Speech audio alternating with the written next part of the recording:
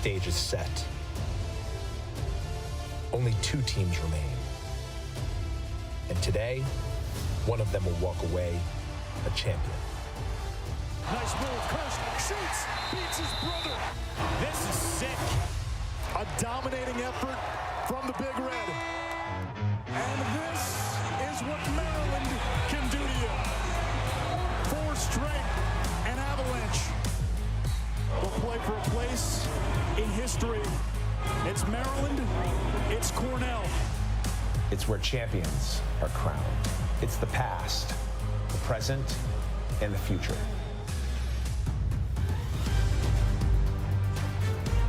An invincible Goliath. A relentless David. Maryland can cement its legacy as one of the greatest teams ever. Cornell prepares its slingshot. The undefeated meet the undaunted. It's Maryland and Cornell for the national championship. On Saturday in the semifinals, Maryland took care of Princeton, a 5-goal win, a game delayed by rain and lightning. Cornell had a weather delay as well, and they dispatched of Rutgers with ease, 17-10. It's great to be here in East Hartford, Connecticut. Rentschler Field, Anish Shroff, Quint Kesnick, Paul Carcaterra down on the sideline. Sometimes things come full circle. 1971, the first NCAA championship game. Cornell against Maryland. More than a half-century later, we're back to our beginnings. They are foundational, bedrock-like programs in the history of this incredible sport. And what you'll watch today will either be a coronation for the University of Maryland as one of the greatest teams ever, or an upset of the ages. This Maryland juggernaut was born from the ambers of heartbreak. On Memorial Day last season, they came up seconds short. They were undefeated going in, and they had to settle for coming in second place. They've been on a revenge tour this season, 17-0, untouched, very, very few close games, taken names. What they do really well this season, well, they pass the ball, they win the transition game, and Luke Weirman dominates faceoffs, 66%. On O, it's egoless. They share the rock, they move the pill, and they capitalize, shooting 40%. It's dunks, it's layups. When everything breaks down, well, you got a strong defense, ranked number 4 in the country, and Logan McNaney. 19 stops in the semifinals, a career high. McNaney better than 70% in this NCAA tournament. The Terps, since John Tillman took over as head coach since 2011, the most tournament wins, the most championship game appearances of any program. On the other side for Cornell, their head coach, 28-year-old Connor Busick, looking to become the 2nd youngest head coach to win a national championship. He's the 2nd youngest to get to a national championship. And Kark, youth is the theme for Cornell. Youth and super talented, Anish. When you look at their starting attack group, it is the most balanced unit in the entire country, and the way they complement each other is off the charts. And it starts with the young buck, C.J. Kirst. Just a freshman, he's the Ivy League Rookie of the Year. He's big, he's strong, and he gets to the rack. But don't underestimate his skill. He's so slick with the left hand. Then it's the quarterback, the conductor, Michael Long. He gets everyone involved from behind the cage, does all the little things. One in white runs the show. And the nation's leading scorer happens to be senior John Piatelli. 5 goals in the semifinal against Rutgers. He finds seams in the defense as well as anyone. The Cornell attack in the semifinals combined for 12 goals and 3 assists. A hat trick from each of the trio.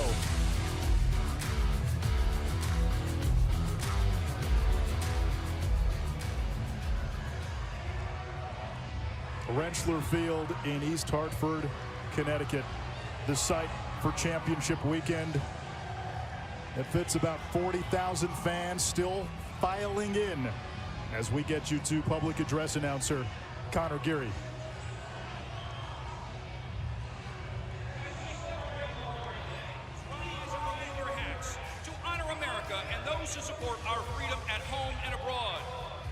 The colors are presented by representatives of the Connecticut Army National Guard, Joint Force Headquarters Color Guard. The flag is being held by current and future airmen, along with local athletes and coaches.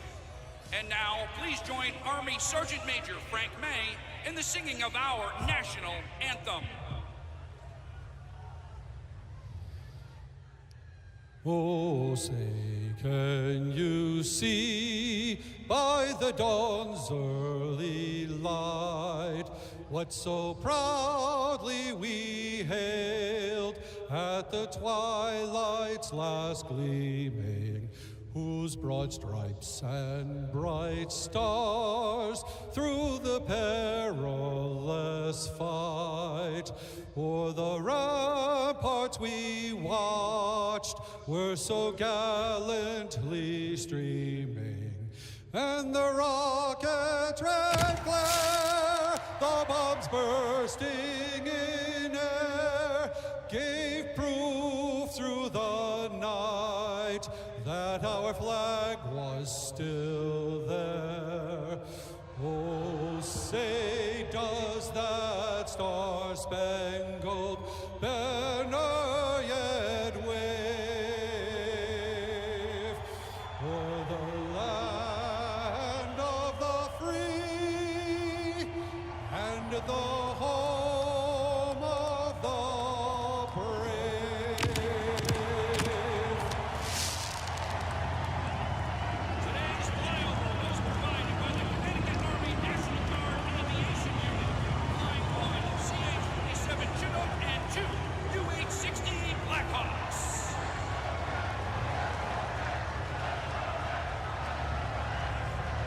A sea of red. The red from the Big Red of Cornell and from the Maryland Terrapins. The Terps, though, will be in their home whites as the #1 seed. Their head coach, John Tillman. He's won almost 80% of his games since taking over as the head coach at Maryland, a Cornell alum who played for the legendary Richie Moran. Now, Moran, a longtime Cornell head coach who won 3 titles in the 70s, passed away in April. John Tillman telling us yesterday so many life lessons that he took from Coach Moran. The importance of everyone, how everyone has value. It was Richie Moran, when John Tillman took over, who got the entire team to sing the fight song at an Italian restaurant. And that was Moran's legacy and his motto, "It's great to be here." The former midfielder, his fingerprints, his legacy hover over this game. Maryland wearing the Richie Moran on their hats. Coach Tillman, a man known for his details. This weekend, living on 4 hours of sleep per night and a lot of coffee. A true servant leader. Richie Moran played at Maryland, won a championship at Maryland in 1959.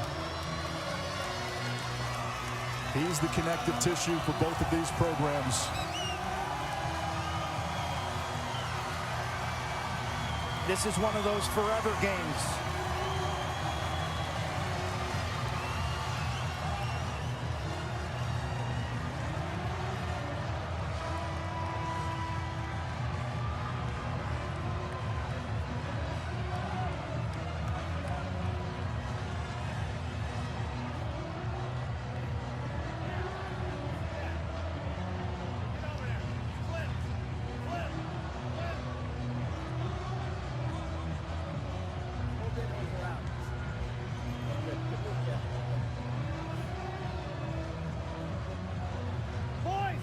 Congratulations for being here. Enjoy the moment. Get after it. Have fun. Respect the game. Goalie, stay alone.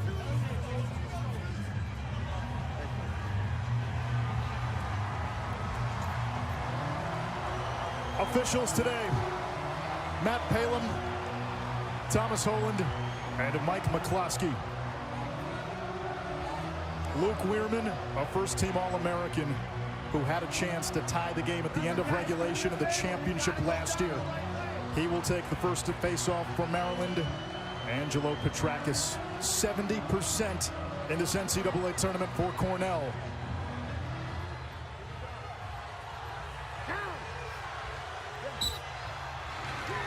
Weirman punches it ahead. Fires Bears on goal. Reminiscent of the way last year's championship game ended.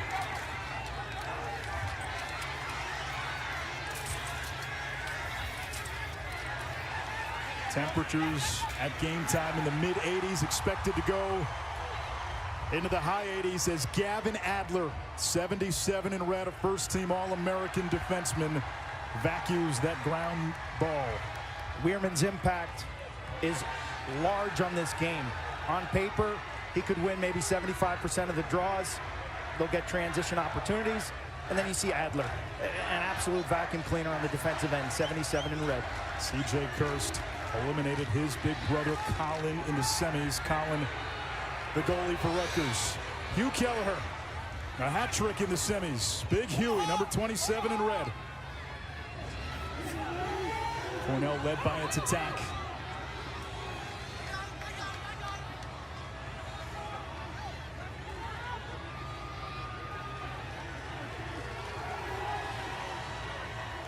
John Piatelli, 5 goals in the semis. Needs one more to break the school's single-season goals record.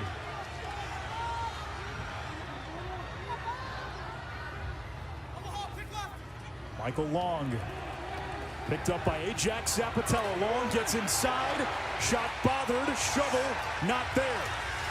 Shot clock down to 3, down to 2.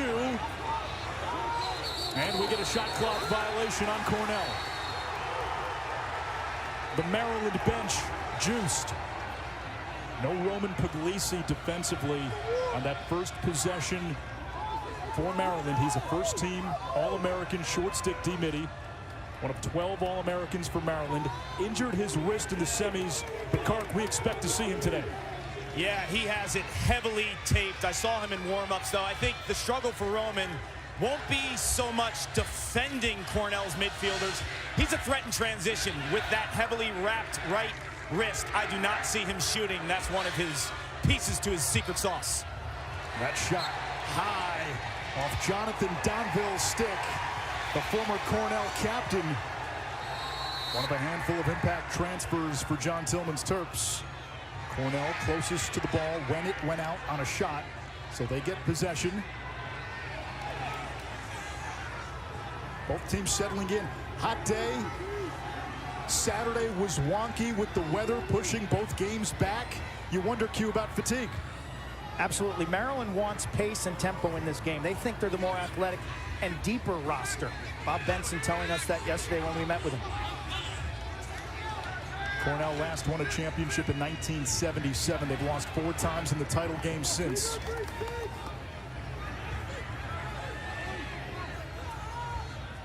Second midfield now for Cornell.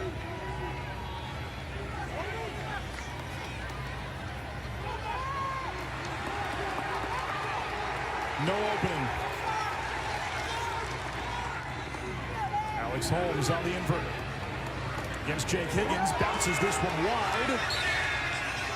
It'll stay with Cornell, 18 to shoot.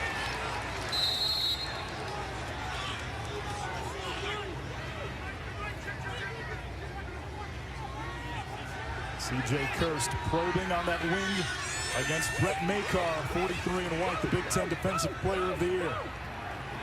Piatelli against Rahill. Skip pass, picked off by McNaney. Now the outlet. Maryland in transition. This is Puglisi. We mentioned the wrist, had some trouble with that ball. And it may have cost Maryland a chance in transition, Kark.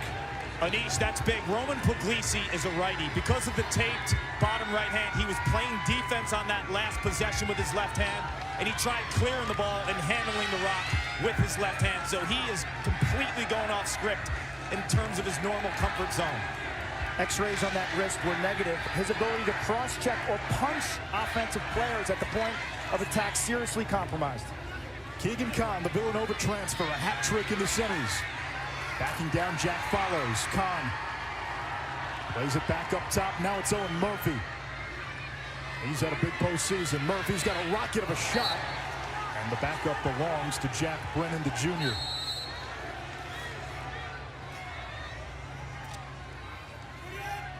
Brennan dumps it off to Eric Molliver. Out of Atlanta, Georgia. Logan Wisnauskas, 1 and white. It's a wartime favorite. Pass goes awry. In the crease, Cornell ball.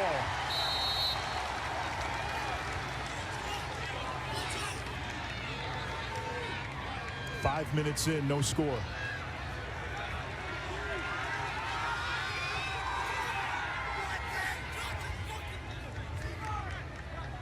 Cornell has turned it over on its first two possessions in Q. Where's the matchup that Cornell likes offensively? I like John Piatelli, 41 in red, from the right wing, isolating against Matt Rahill, 7 from the Terps. C.J. Kirst offline, the backup to Michael Long. Kirst is a high-volume lefty shooter, a first-year player, Ivy League Rookie of the Year, a dynamic, powerful, and explosive dodger from the wing. He had 7 goals in the first-round win against Ohio State. Here's Kelleher. He's got a big righty hammer. Now Matt Licciardi, a little jitterbug. Ajax Zapatello all over Michael Long. Long looking for that question mark dodge, and the backup belongs to McNaney. Zapatello has been an eraser, not just in this tournament, but all season long. It's a 1-2 punch for the Terps defense. Zapatello from Portland, Oregon. Makar from Yorktown High School.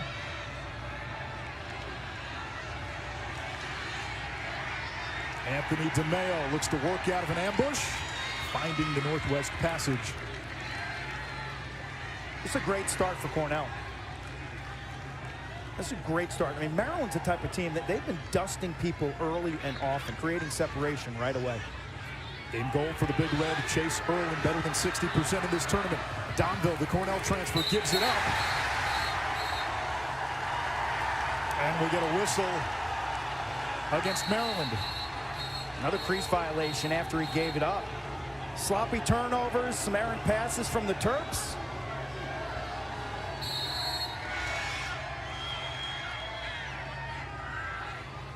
And John Tillman told us yesterday the historical narrative surrounding this team is one that he has tried to shield from his players. They don't talk about it.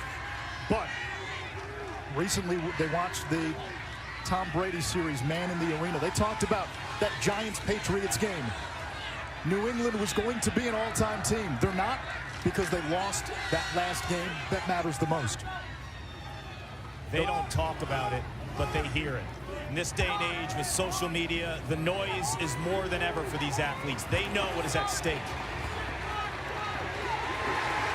Look at the Maryland short sticks. Higgins, great defense and a recovery by Holmes.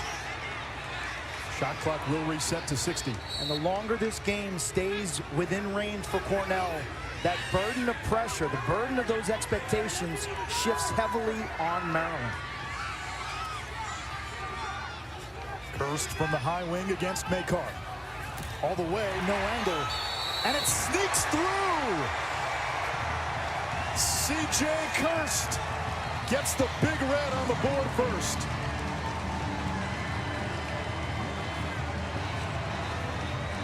They think he's a lefty. You watch him on tape.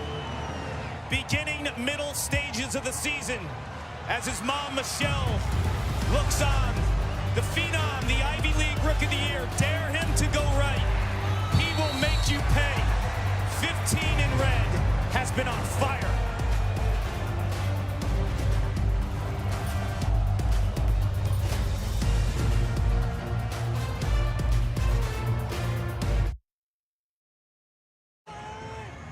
(1976), the bicentennial year. Cornell and Maryland were two unbeaten teams headed into Championship Monday. One of the all-time great games. It went to overtime. Cornell outscored Maryland 4-1 in OT. Different rules back then to complete an undefeated campaign. Eamon McEnany finding Mike French, who finished with 7 goals. That game was played in front of 12,000 at Brown and televised on ABC Wide World of Sports.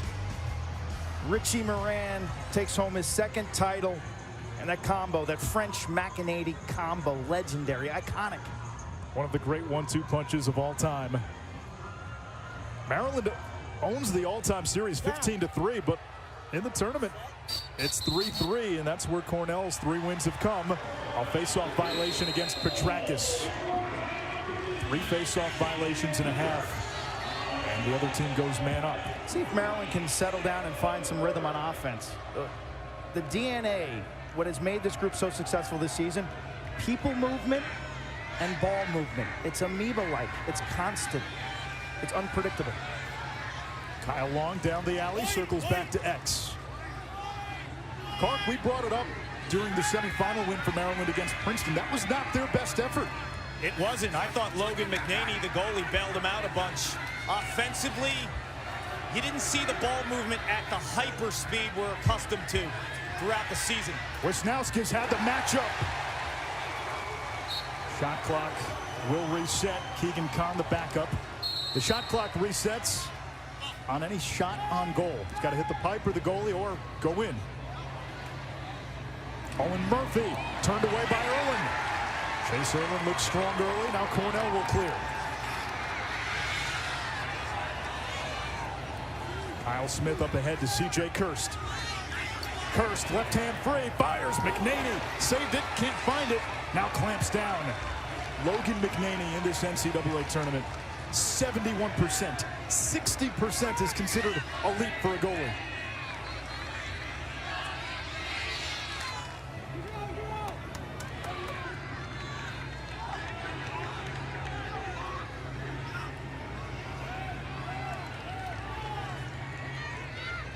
Nine minutes gone by. Maryland still without a goal.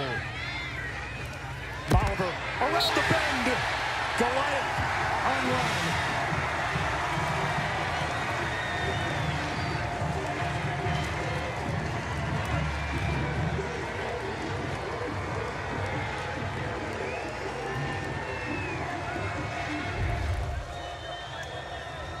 He needed this one after giving up a soft goal. And then he gets some help with the rebound control. Look at the move by Jack Brennan in terms of the patience to see a drifting Eric Maliver. That's what the Terps do so well. They'll lull you to sleep at X, and then they drift an attackman to ball side. And the low angle shooting ability of Maliver and Quentin Anish. This is an offense, Anish, you mentioned, so unpredictable. You don't know who your star is going to be, and it doesn't matter. The wealth is spread out. 10-plus goal scorers in 10 games this season. That and the ability to go on monstrous goal-scoring runs. They've had a 5-goal run in 13 of 17 games. It's not just a jab or a cross. They hit you with a series of haymakers. And that's why that last face-off win by Cornell was so huge. Connor Busick told us ground balls in the middle of the field really set the tone for everything else in this game. Good look here. McNaney eats it up. Now Maryland in transition. They want to run. Higgins against Kelleher. Driven out of bounds. The defense by Kelleher. Oh, he was a standout high school linebacker, like his head coach. Too big, too strong, too fast. He takes the angle and runs him out of bounds. He's a beast. You look at his stature. We saw him in the hotel yesterday. He gets ahead of steam like here. Good luck pushing this guy out.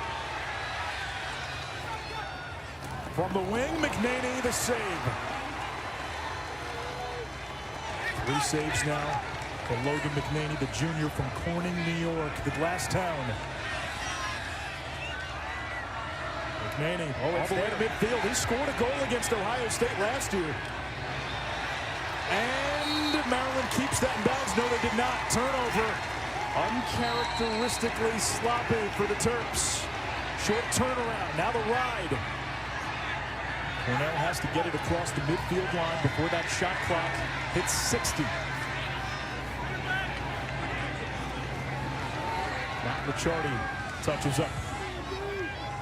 Cornell's season, a little bit up and down, 14-4, playing their best ball game. I thought they played their game of the year on Saturday, and it's all grounded in a super strong sense of identity that comes from their culture that Coach Moran established 50 years ago. They started 10-1, lost 3 of 4 entering the NCAA tournament. Save McNaney on a shot from Coyle. Terrific body stop, the way McNaney moves his feet. He takes that one off the right shoulder. The challenge for teams playing Maryland. You can do so many things right. Then you run into a hot goalie. That's almost a cheat code. Cornell's getting better looks right now in this game than Maryland is. Remember what Cornell did to Rutgers in the semis. 37 shots, 30 on goal.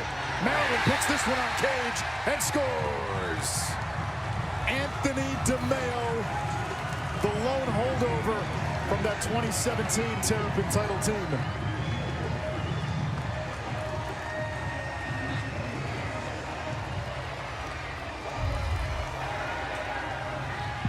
They attack you in all phases.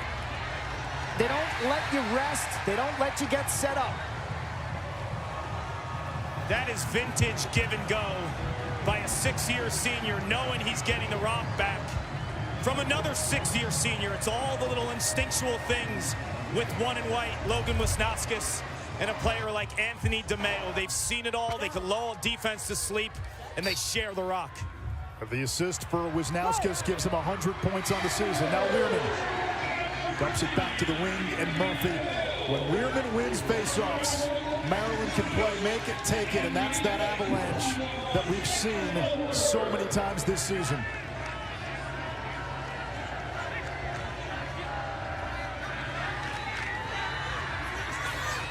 Weirman still out there. Now he'll run off. He's got a capable handle, but on a hot day like today, I prefer to see Luke jogging off to the sidelines. Keegan Kahn over to Kyle Long. John Tillman felt he'll have some matchups today that he can win. Skip pass. And a rocket by DeMeo. That's 2 in a row. And it's 3-1 Terps. We talk about smarts and IQ. Look what Anthony DeMeo does here. You saw him scoring the give and go. This time he uses the defense as a screen. He is known as a step-down lefty shooter who can hammer it.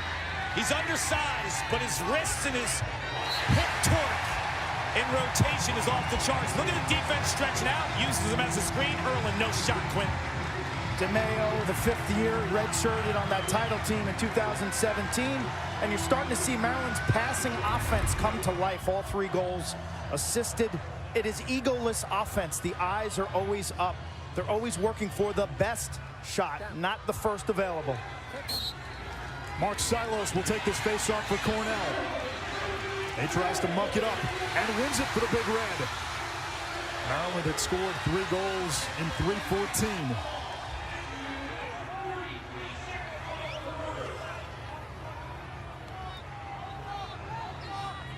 Hurst was looking for Michael Long. Zappitello said, don't think about it. Logan McNaney, 19 saves, a career high in the semis. He was sensational in the semis last year as well against Duke.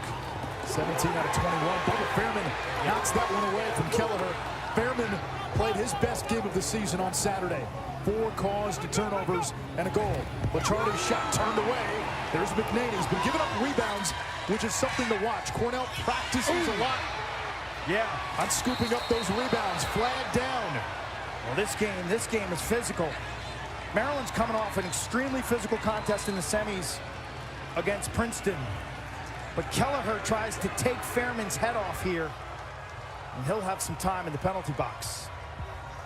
Red 27, 1 minute cross check.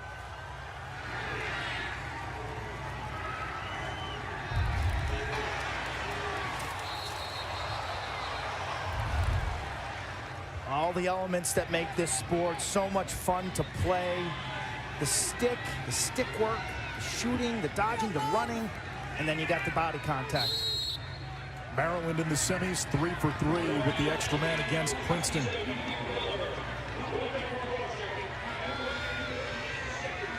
.47% on the season.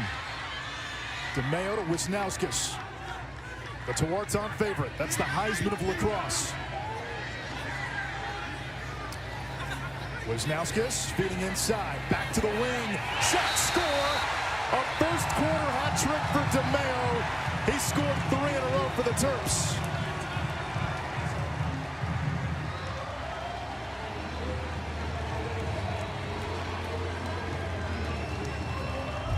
Logan McNaney, the junior, so patient. The late move, nice rebound control. You sell out for every ground ball on Memorial Day. It means everything. You talk about hot potato. Wisnauskas inside to Maltz. One more, two more. Untouchable offense when you don't care about who gets the tally. But it's DeMeo now with the third goal of the first quarter. And you talk about the maturation of Wisnauskas. He came as a lefty shooter. Now he has 40-plus assists on the season, 100 points for the year. And a hat trick now in 5 of his last 6 games. 101 career goals now for DeMeo. A minute to go in quarter number 1. Maryland started slow. They're picking up steam. It's like the old Hemingway line on bankruptcy. It happens gradually, then suddenly.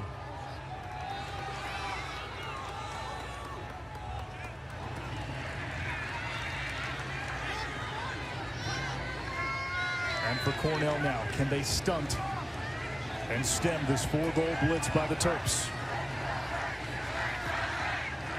You're a young player at home. Focus on Maryland's passing. Everything's right up on the money and thrown in the crisp fashion.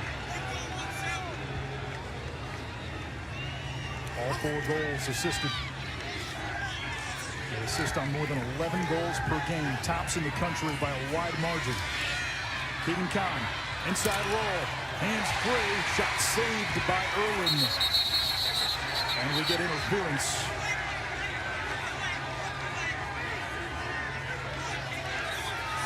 Six seconds to go in the quarter. And Orlovsky Hail Mary downfield. Incomplete. I was waiting for it.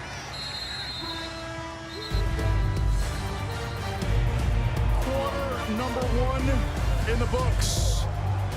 Slow and steady, right? The Turtle got off to a bit of a sluggish start, then they picked it up. Tony time.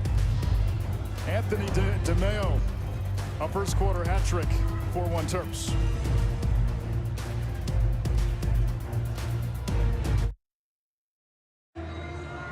Start of the second quarter here in East Hartford. Maryland up 4-1 in the national title game. Down here on the field, Chris Cotter alongside Paul Carcaterra. Maryland started tight. Cornell scored first. How did the Terps break out of it? Ball movement. They went back to who they are from a DNA perspective, sharing the ball. All 4 goals are assisted. How about Anthony DeMeo? He's got 3 of them. The give and go and the instincts to back cut the defender. And then he finds his sweet spot. This is where DeMeo is so dangerous. The ball moves, it's a skip. He uses the defender as a screen. And then once again, that high lefty wing. You give it to 16 and White, turn and rake.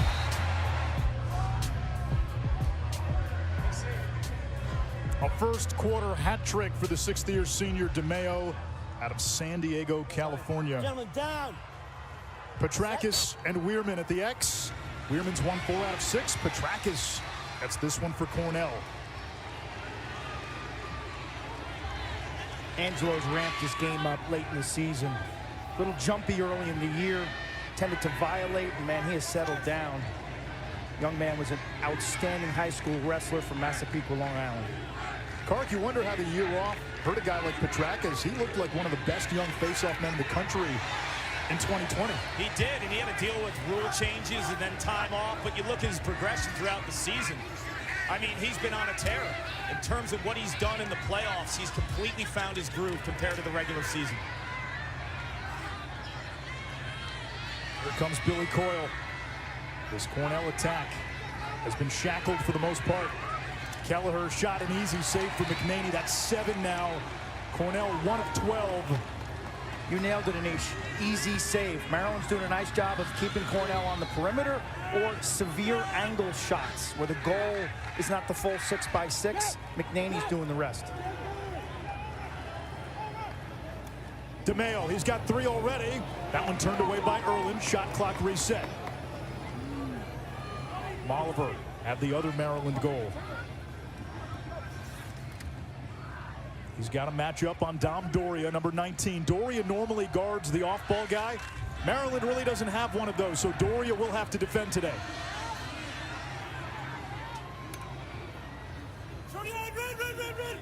Kyle Long on the invert.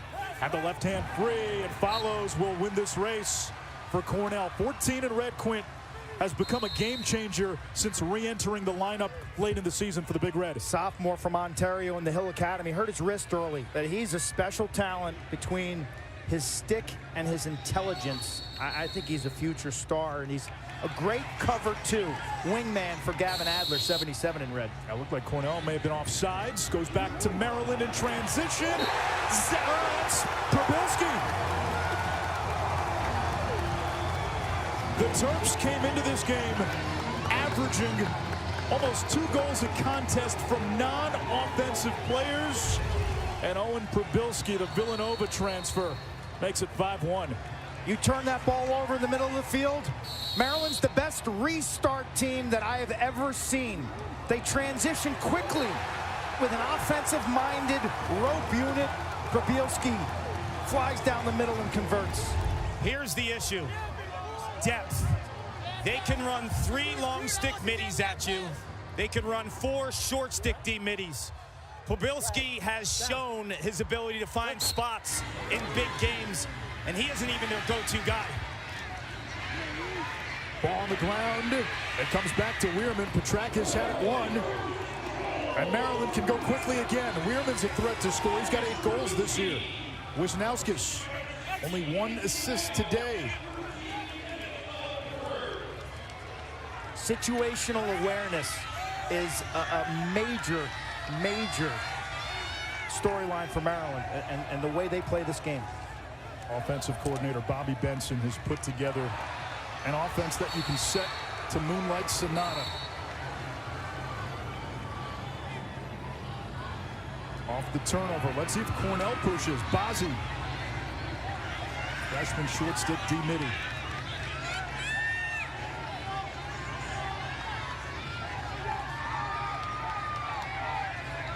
Chardy.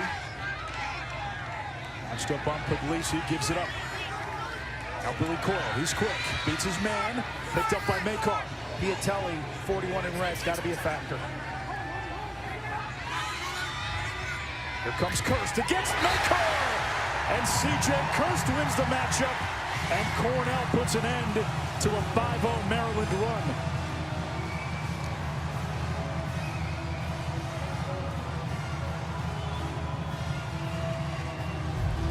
We showed you Bob Benson's reaction to this sloppy Maryland turnover. A good double team off the pick game. When you get into the body of Brett Makar, it's not a smart idea.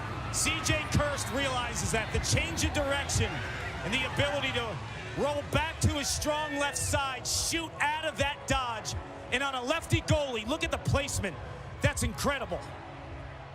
You think about the time in the backyard. You think about the time you put in before and after practice. When you script those moves, as his mom and grandfather watch, he is a huge rising star. Ivy League newcomer of the year. Their family drama took center stage in the semifinals. CJ going up against brother Colin. Brother Connor played at Rutgers last year. Cole played at Lehigh. Will go to Syracuse next year. And they've got a younger brother, Caden, a young high school goalie who we hear has a chance to be pretty good. That poor kid. Right, when you're the youngest and you're a goalie, poor kid. Hey, you know that story well, don't you? I do, my youngest brother Brian, but CJ is so competitive. That one hits the pipe. Kirst almost had a hat trick. Guys, you remember we were talking to Connor Busick yesterday. He said between Gavin Adler on the defensive end and CJ Kirst, the battles in practice are insane. Adler's a first-team All-American defenseman. Alex Holmes plays it back to Long. Got a great look. He dropped it. Instead, it's Geppert. Higgins Roombas it off the ground. On a bounce to Geppert. He's got 8 career goals. And he'll pull back. Puglisi can't pick it up. That wrist clearly bothering him today.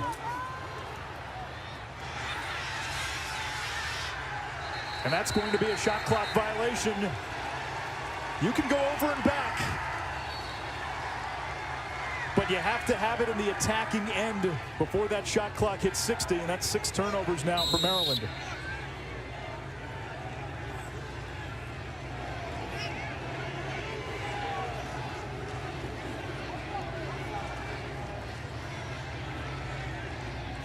I'm going to be honest with you, Roman Puglisi is the best short stick D-midi in the country. Because of that wrist injury, I would attack him and test his strength. McNaney is saved on the shot by Kirst. Now the Mangonel pass. And Fairman holds up. They need a possession here. And maybe even a timeout, because their defense is a little gassed. Their defensive midfielders, Geppert in particular with Puglisi, was up and down, up and down.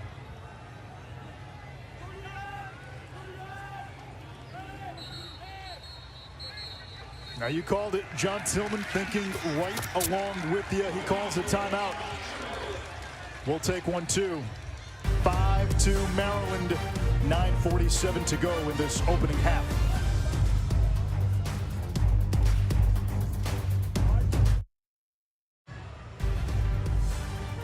Michelle Kirst with the red striped shirt and the sunglasses, the mother of the 5 Kirst brothers, and their family's story has taken center stage in this NCAA tournament. Dad Kyle passed away in 2015 when the boys were all high school age or younger. Mom Michelle, we've seen her travel and try to find the right flights to make sure she can get from site to site when 2 of her sons were playing in this NCAA tournament. But that family has had a lot to celebrate this weekend, even though Rutgers lost yesterday and Colin Kirst had his college career come to an end. The dad, Kyle Kirst, was a former Rutgers goalie in the 90s, and then he coached for 20 years in New Jersey. There's grandpops. And the sport of lacrosse, as you look at CJ's grandfather, the sport of lacrosse and their brotherhood, their ability to move on in their lives and stay on a great path. I mean, the brother Colin's got a degree from Lehigh. He's got a graduate degree from Rutgers. CJ's putting himself in position. Credit to the mom and the rest. Off the timeout, here comes Maryland, a 5-2 lead. Moliver against Cornell's top shorty, Bardwell. Oh, Gavin Adler, 77 in red, guarding the ball right now. Normally he's an eraser, but it's different with the way Maryland works on offense. This one will stay with the Terps. Last touch on Singer. Maryland plays team offense. It's unit-based offense. It's not matchup-oriented. They force defenses to switch and change matchups with their uses of picks and rapid ball movement.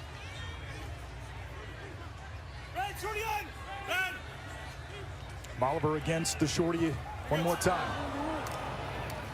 Looking to feed Kahn on the other side. Instead, it comes to Dom Doria. Yeah, nice job by Erlin to get a stick up in that passing lane. It's a big stop for Cornell off the timeout. Doria, a terrific off-ball defender. 4-year starter for Cornell. The Rangers forced to game 7. We'll have it for you tonight from PNC Arena, 8 Eastern on ESPN and the app. The Hurricanes in this area, the artist formerly known as the Hartford Whalers.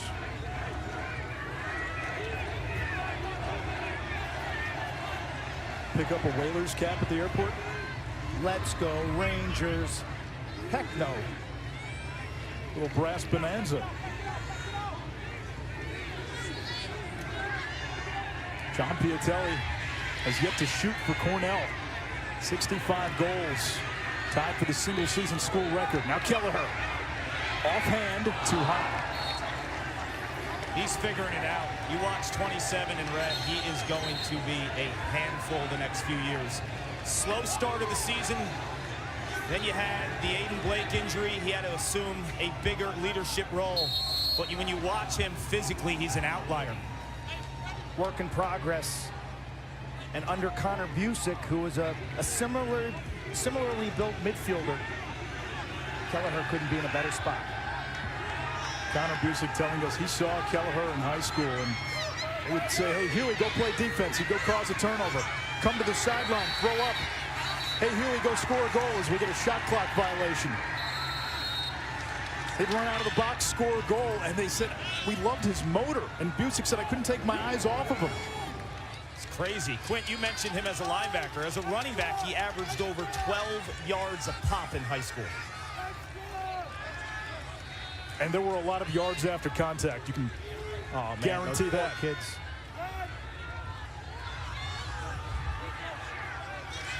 All 5 of Maryland's goals have been assisted.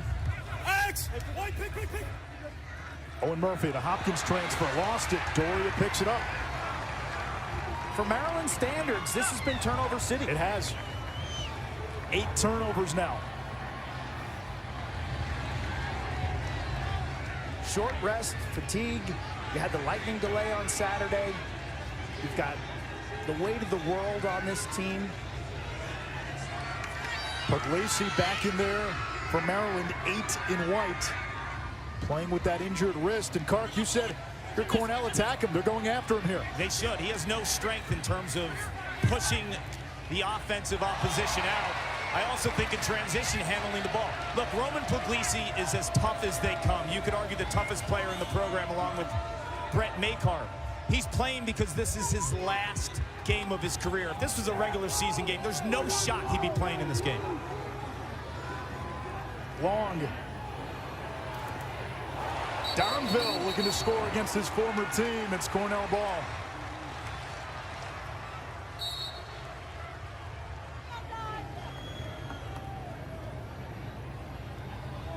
Q, if you use the prize fight analogy for Cornell, and you can keep this close and get into the 4th quarter, pressure gets much higher on Maryland, and we talked about it in the semifinals. How many real 4-quarter games has Maryland had this season? Take the Terps into deep water and see if they can swim.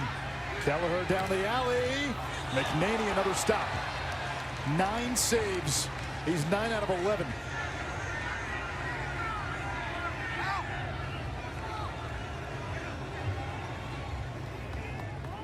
Alex Smith, 39 in white, coming off a torn ACL. His dad, DeMaurice Smith, head of the NFLPA.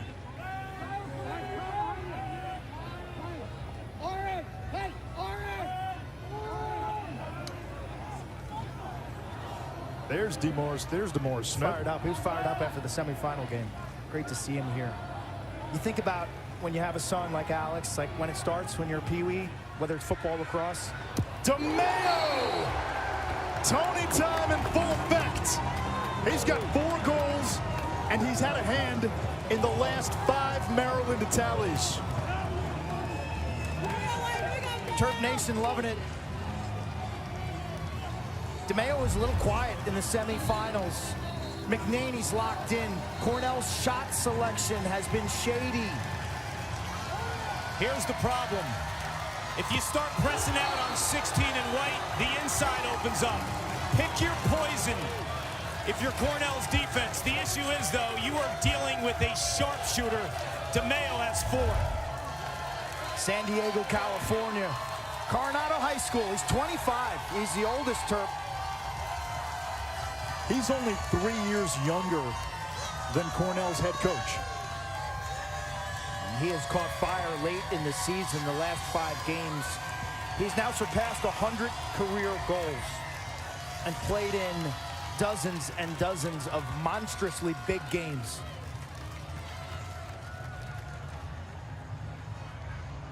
NCAA Women's College World Series coverage starts Thursday.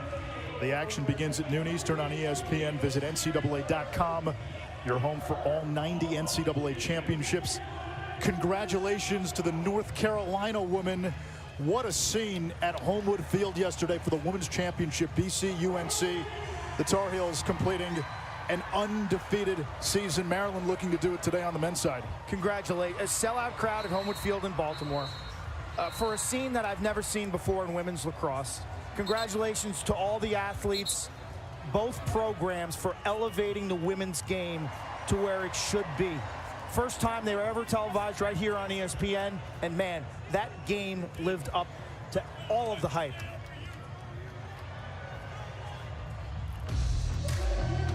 Maryland a season ago, they were undefeated going into the championship last year. Did not have an answer for Connor Schellenberger and Matt Moore. Virginia built up a sizable fourth quarter lead. Maryland rallied to get it to within one. This was the final play. Luke Weirman won the faceoff. His shot hit Alex Rode in the chest, and Weirman telling us the other day that stayed with him for a long time.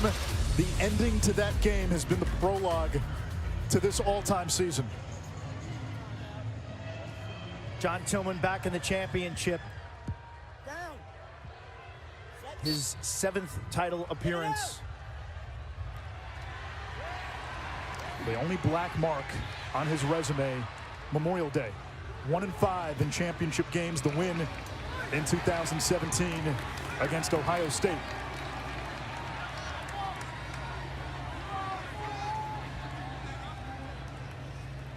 Was just in the offensive huddle for Cornell. The issue with those shot clock violations, the players don't hear anything, so the staff's asking the bench to get into action. You saw that crowd at Homewood Field in the women's national championship game was a huge factor. It's loud here on the field. Surprised Cornell hasn't gone to more picking, more two-man games to try to win or change some matchups. It's in their DNA. Here's Kirst. He's got both Cornell goals. That one off the crossbar.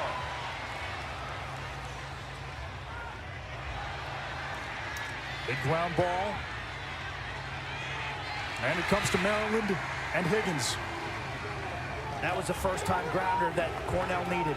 This could be a chance. Unsettled for Maryland. And Oliver says, no, let's hold up.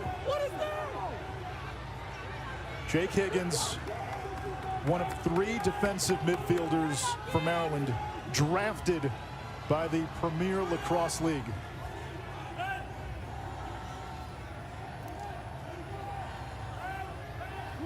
Six draft picks in all on this Terrapin team. Murphy slips, follows, stays with him. Murphy serpents around the cage. Question mark, bounce shot. Race to the sideline. Cornell ball. Closest to the ball when it goes out. Awarded possession on a shot, and we get a timeout.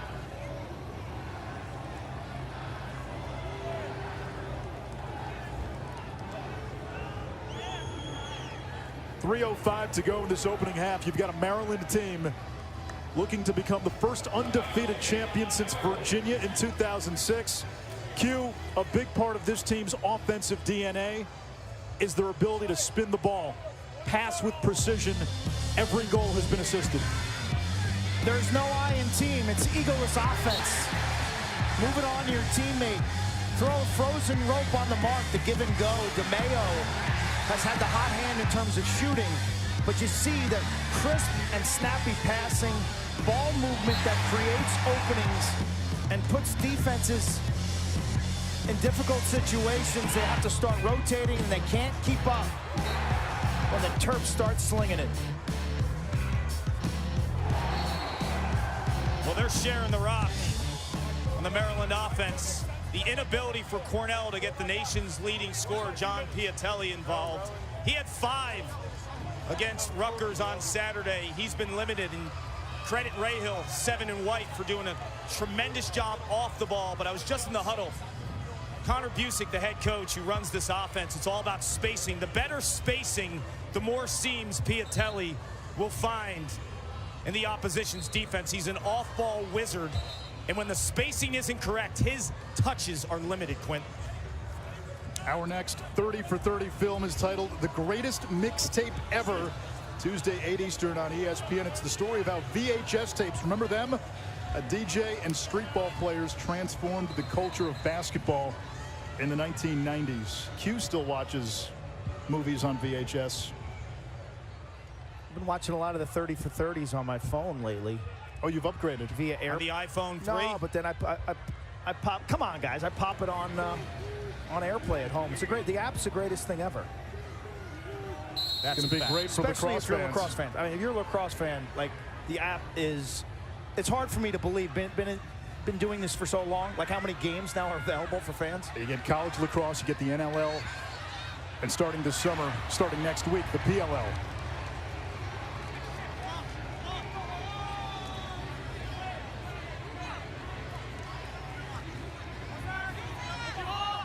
Can Cornell win a matchup on the perimeter? Can they change a matchup using a pick?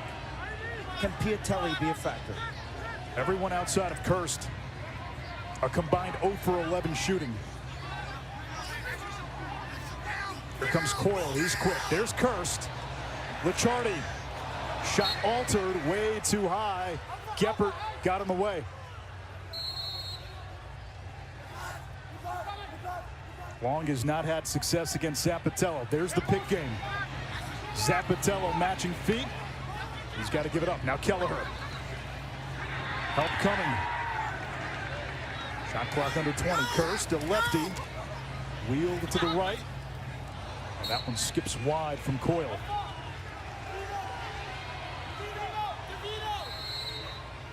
Less than 2 minutes to go in the half. 10 on the shot clock. And again, Geppert getting into the hands of the shooter. And there's the balance you're seeing from Maryland. Maybe a little heavy in the turnover department today, but the defense is digging in. Bubba Fairman, a 4-year starter on the offensive midfield, moving to the defensive side this year. Had a goal and 4 caused turnovers in the semis, and was a top 12 pick in the PLL draft.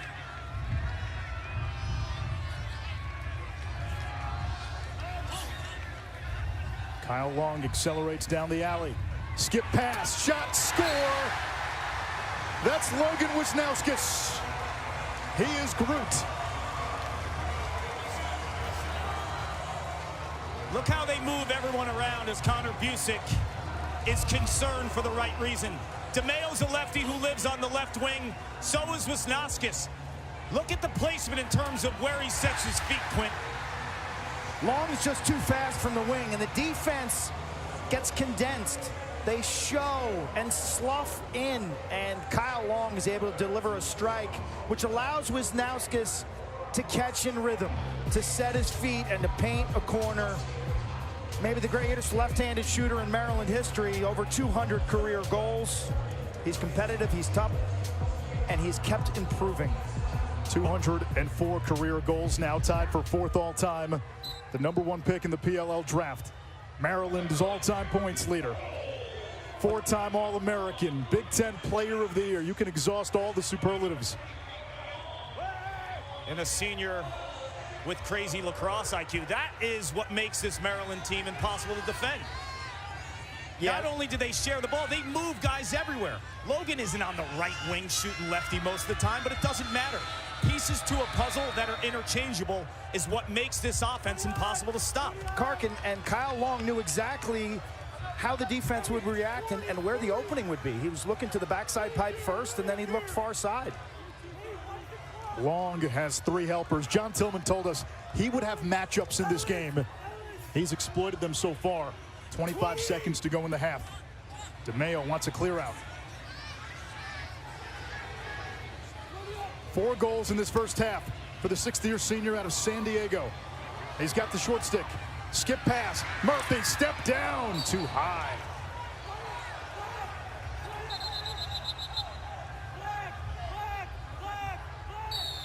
Ten seconds.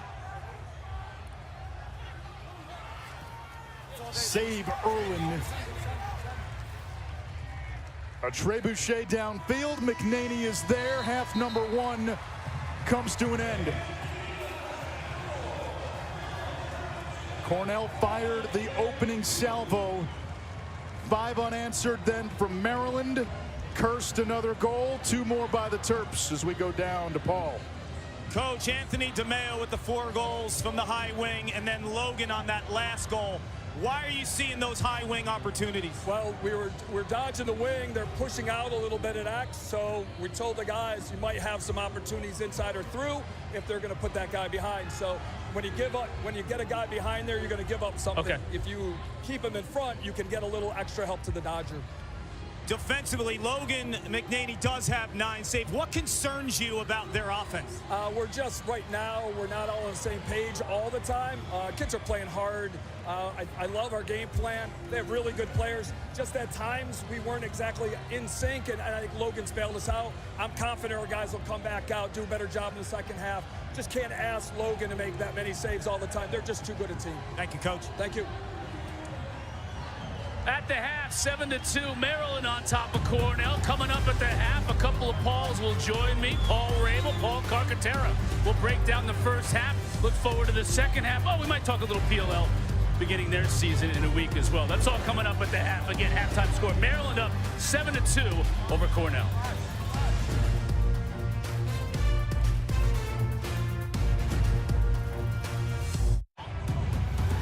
Maryland takes a 7-2 lead into the third quarter of this national championship. The Terps looking for their 4th championship in program history.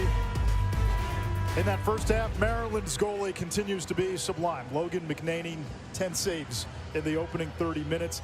He had 19, a career high in the semifinals. Maryland's offense at times sloppy with turnovers, but when they've been in their rhythm, spinning the ball like we're used to seeing, it's been surgical. Yeah, 7 goals at halftime is actually subpar for Maryland. They average 18+ goals per game. So Cornell's doing okay, quite honestly, defensively. What Maryland's had great success is Kyle Long, wing dodge. Cornell is pressing the man behind the goal. And so what Long then is lobbing it over the top for some easy looks on the backside. If you're kind of Busick, you got to come up with solutions on offense. How can you, A, win a matchup? How can you, B, change a matchup? So I'm expecting the Cornell maybe to get the ball behind the goal more in some invert situations and use 2-man games behind the goal. They're shooting 2 for 22. Kyle Long has been the catalyst, 3 assists in that first half. Terp head coach John Tillman, we met with him yesterday. I said, Coach, give me the vibe. What player do you think can be a standout in this game? He thought it over for about half a second and said, Kyle Long. Said, I like that matchup. He's got the speed advantage. He's been drawing slides, dodging with a purpose with his eyes up. He knows exactly how Cornell defense is playing it. If they're pressing out at X, he looks to the weak side. He looks across the formation, and he has delivered strikes. Cornell won the faceoff battle in that first half, 6-5. Maryland came in as the #2 faceoff team in the country. Cornell, number 47. And the Terps control the opening draw of the third quarter. They've got a 7-2 lead.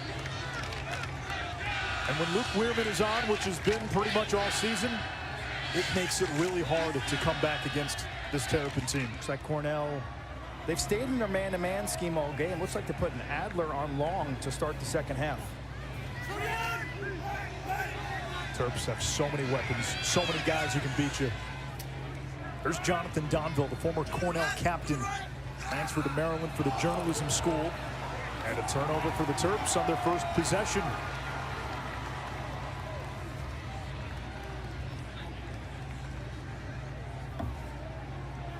Cornell in that first half, 2 for 22 shooting. And this attack, which produced 12 goals and 15 points in the semis, 2 C.J. Kirst goals, that's really been it. Michael Long has not been able to win a matchup against Ajax Sapatello, and John Piatelli has hardly touched the ball.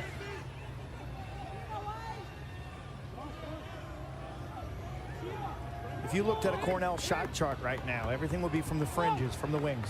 Here comes Kelleher, out of steam. Good look here, but McNaney is there. That was Piatelli. Again, it's not in the paint. It's not in the dirt in the middle of the field where the grass is worn down. 11 saves for McNaney, and if Maryland wins, he's got a great chance of being most outstanding player of championship weekend. And looking at the great tradition of goalies at Maryland, just under John Tillman, Nico Amato, Kyle Bernlohr. Dan Morris has got the ring.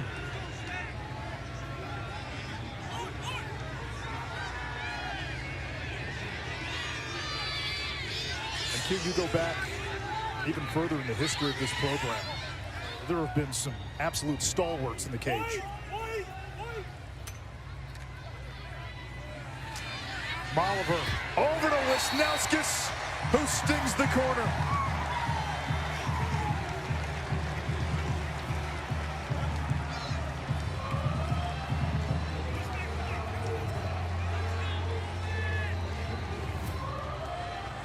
Terps execute just such a gorgeous set pattern here. Wisnauskas in the middle of your screen. Watch how the picks open things up. Maltz cuts, and he loops around him. Catches the defense napping. What a shot, what a change of levels. You're talking about the all-time greats. In cage for Maryland, whether it's Jim Beardmore in '87, Brian Doherty in 1995, no one is stopping that heat.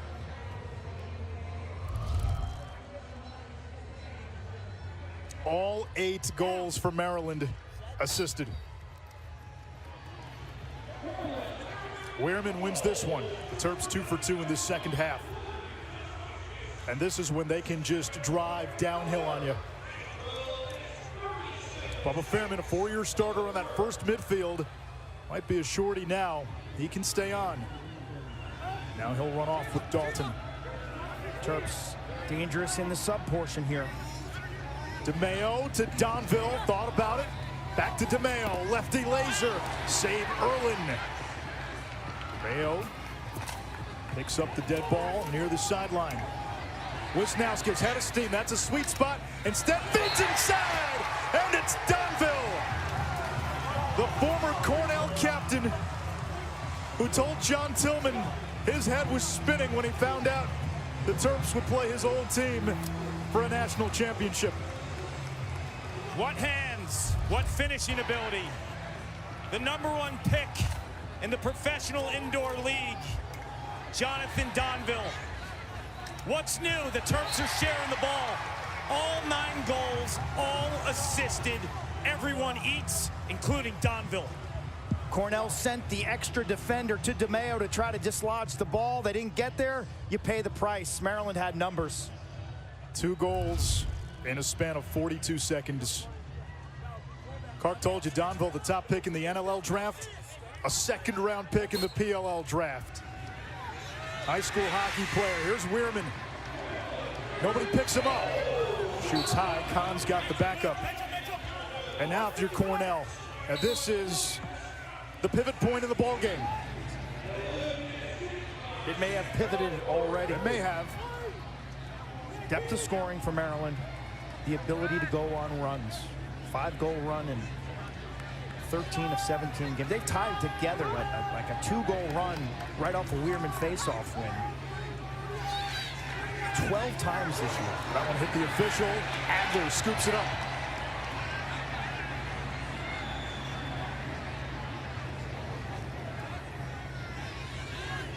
Chris Davis, the D-Midi out of Essex Junction, Vermont. Cornell, one of 6 teams out of the Ivy League to make this NCAA tournament. 2 got the championship weekend. Princeton along with the Big Red.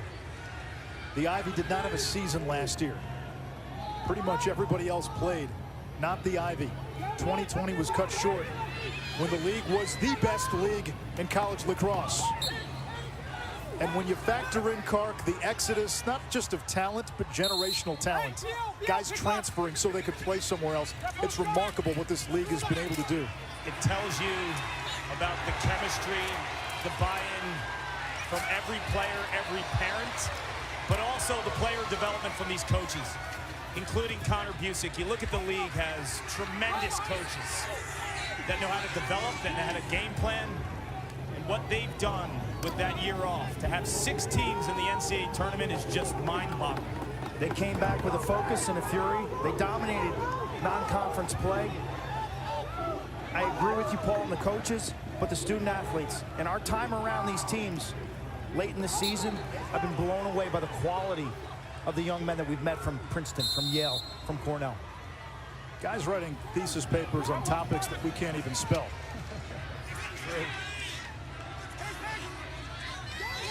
Spencer Wertheim. Oh, that one hit the crossbar. Billy Coyle. Kirst gets it back for Cornell. Fresh shot clock. We'll reset it to 80. And they may change this to 60. It only resets to 80 if it was established that Maryland had possession.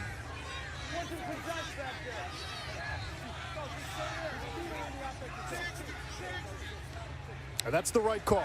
Had Maryland possessed the ball and Cornell took it back, it's a full reset to 80.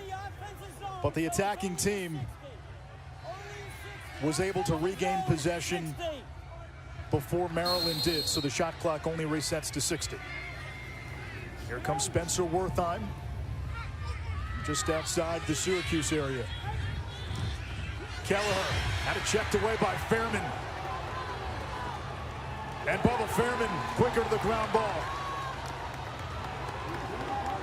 Fairman's putting on a show this weekend. He is going out with class and style, and his bench loves it. Energy, juice plays by Bubba Fairman. When he was picked by the Cannons, the 11th pick, and they traded up to get him, I'm going to be honest, I questioned it. After watching this weekend, I look stupid. It's not the first time. Won't be the last either. Here comes Donville.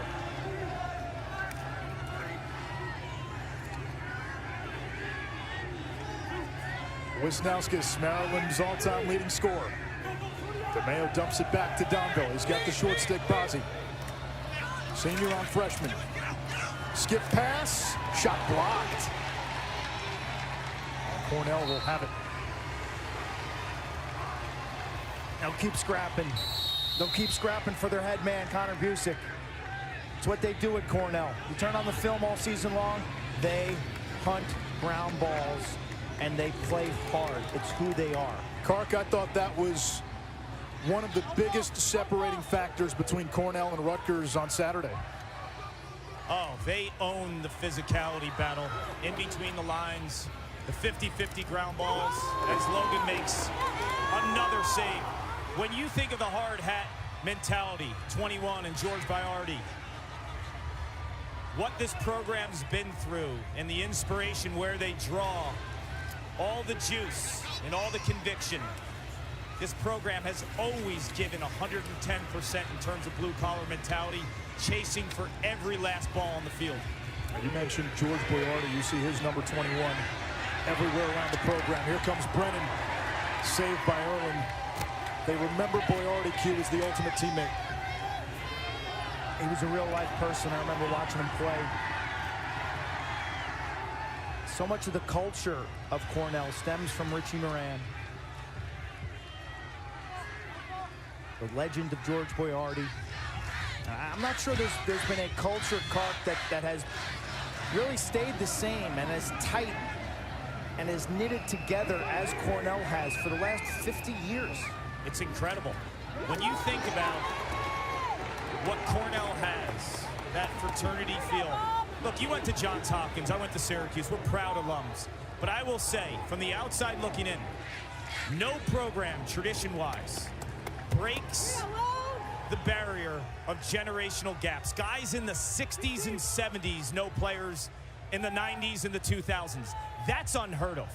And they know each other well, and they help each other, and they believe in one another, and that's why this program is different. And for those that don't know the Boyardi story, he was killed during a game when a ball struck his chest. It was a game against Binghamton.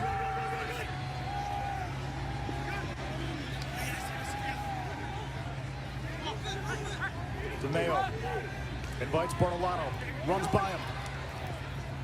Missed the cage. 6 minutes to go in the third.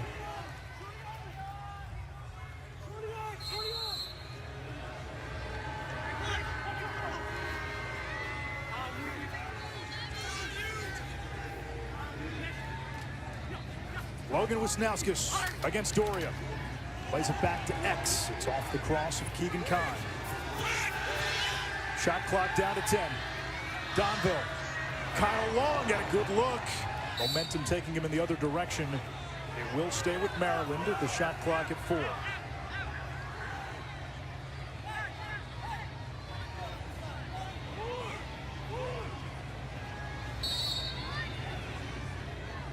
Maryland getting its defensive personnel ready. Wisnauskas rolls it into the corner.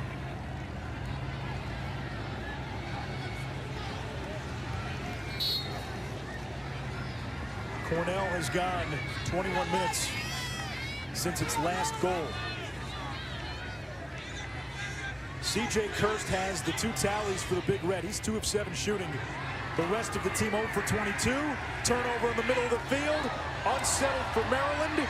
Ball hits the ground. Molitor can't pick it up. The double well timed. And the Big Red get it back.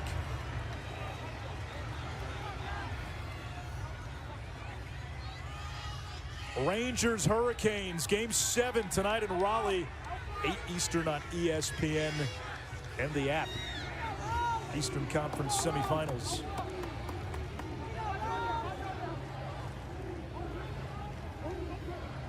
Aiden Blake, 2 in red. He missed 10 games with an injury. He was Cornell's top midi before getting hurt. Returned on Saturday in the semifinal win against Rutgers. And there's Blake right on the doorstep. Aiden Blake with his first goal since the 26th of March against Penn.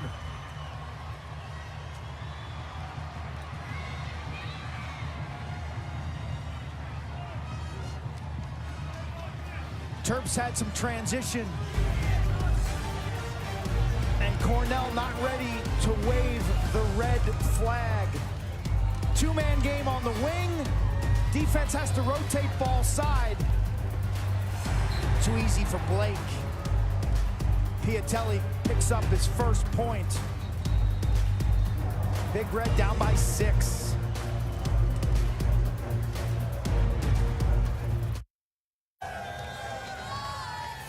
9-3 Maryland on top of Cornell.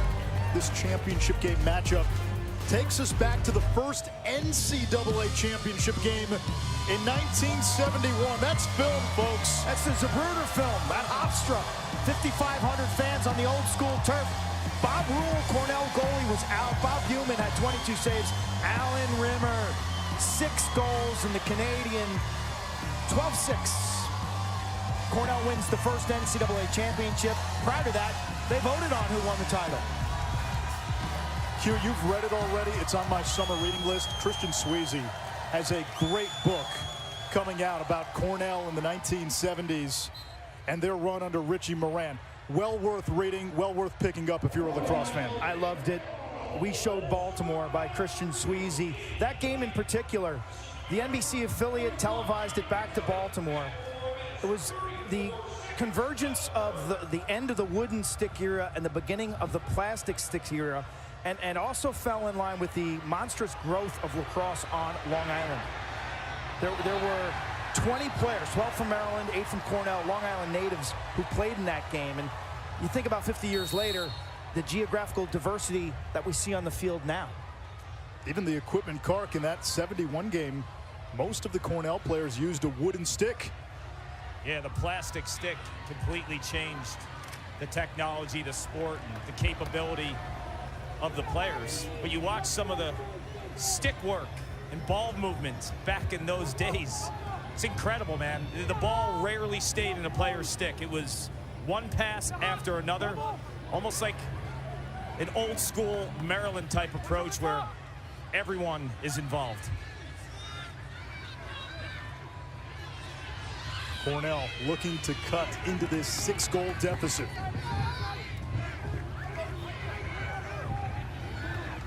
This vaunted Big Red attack, 3 for 30 shooting today. They were 17 of 37, or 12 for 37 on Saturday.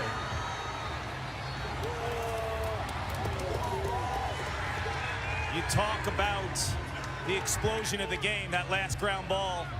Sandy, Utah, Bubba Fairman. We saw players like Ross Scott from Rutgers, from the state of Oregon. Ajax Zapatello, 36 in white. He's from Oregon as well. He's an All-American. The sport has changed drastically since those days in that vintage video you guys just showed.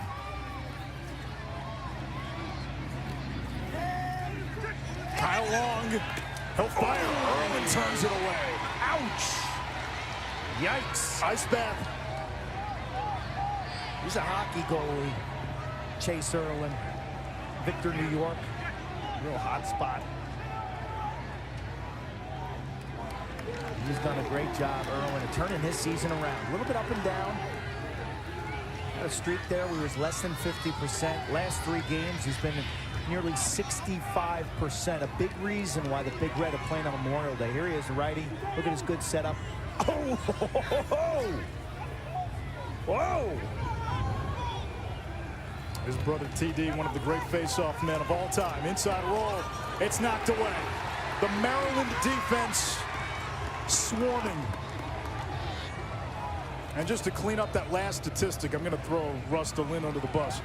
Those shooting stats, those were team stats. Cornell 3 for 30 today. They were 17 out of 37 on Saturday.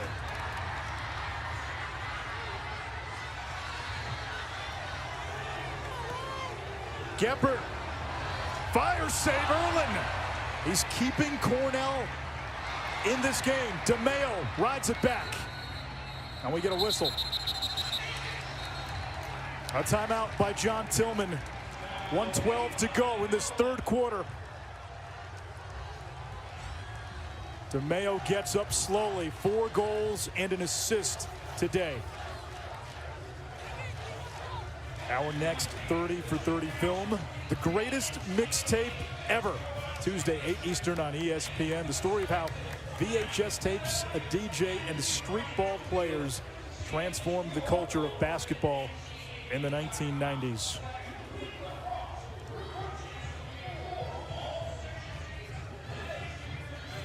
Cornell scored 17 in the semis. They had 15 in round 1.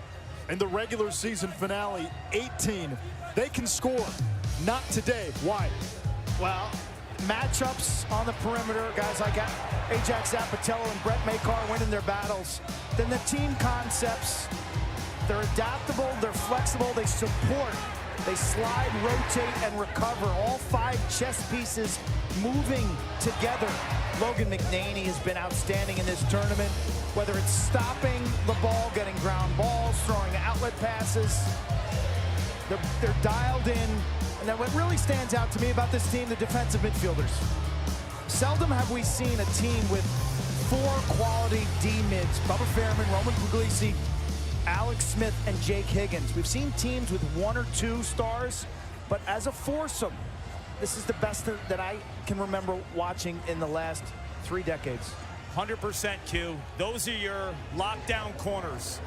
Teams attack those short stick D-middies like corners on an island in one-on-one coverage. When you have top-level players like that and you have depth at that position, it's house money for John Tillman. I was just in the defensive huddle for Maryland, and I heard Brett Makar scream to his offense, help us out, help us out. He knows these guys are playing a lot of defense, and their technical approach and the way they play their angles is near flawless when you think of Makar and Zapatello. But Cornell is possessing the ball. He wants his offense to kill some clock so they can catch a breath. Makar, 43 in white, the emotional heartbeat of this Maryland team, along with Roman Puglisi. And this defense doesn't get talked about enough. As good as this offense has been, what Jesse Bernhardt has done with this defensive unit, what they did in the quarters against Virginia, taking out Connor Schellenberger and Matt Moore, 2 of the best offensive players in the game right now.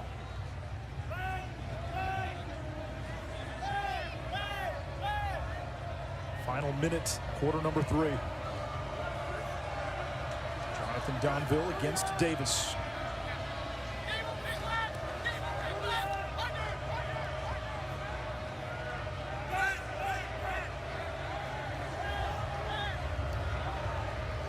About a 14-second differential between game clock and shot clock. Donville inverting. Doesn't get top side. Instead plays it back up top. There's Donville again. Still probing. Good look. Long. One more from the wing. And that shot was partially blocked off the cross of DeMeo. Great. Shot clock at 5. Great passing. Great passing. Here comes Kahn. Shot clock at 2. He'll dump it away. Talk about the passing field level. Sitting next to Chris Cotter when we're shaking our heads. Our heads are dizzy. The ball, it's not even a cradle half the time with these guys. They don't even catch cradle and look. The instincts are nuts. Final seconds, quarter number 3. Well-timed hit by Zapatello. And time expires. It looked like Cornell might get a look. Might take some momentum into the final quarter. Enter Ajax Zapatello, the sophomore out of Portland, Oregon, the second-team All-American. Watch McNaney, aggressive in the goal, come out here. Makes the hit, and then the swarm arrives.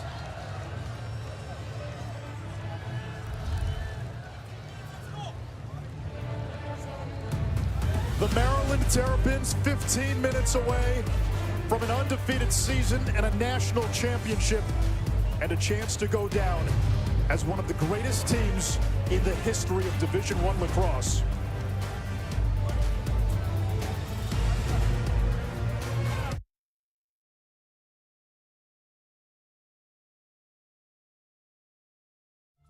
The Maryland Terrapins of 2022. There's really no weakness. Every facet of the game, they really just took it to us. In a moment's notice, they can kind of break the game open. And it's not just one guy. They were as sharp, as well-balanced, and as unselfish a group as I think I've ever coached against. The way they have consistently played. I mean, their average margin's almost 10 goals a game. The Maryland Terrapins will go down in the history of college lacrosse as one of the very elite teams to ever come together. 9-3 as we head to the final stanza here in East Hartford. Chris Cotter, Paul Carcaterra on the field. So much talk about where this team stands in the overall pantheon of great teams. If they win today, they're 18-0. They're 1 quarter away. Where do they stand in your mind?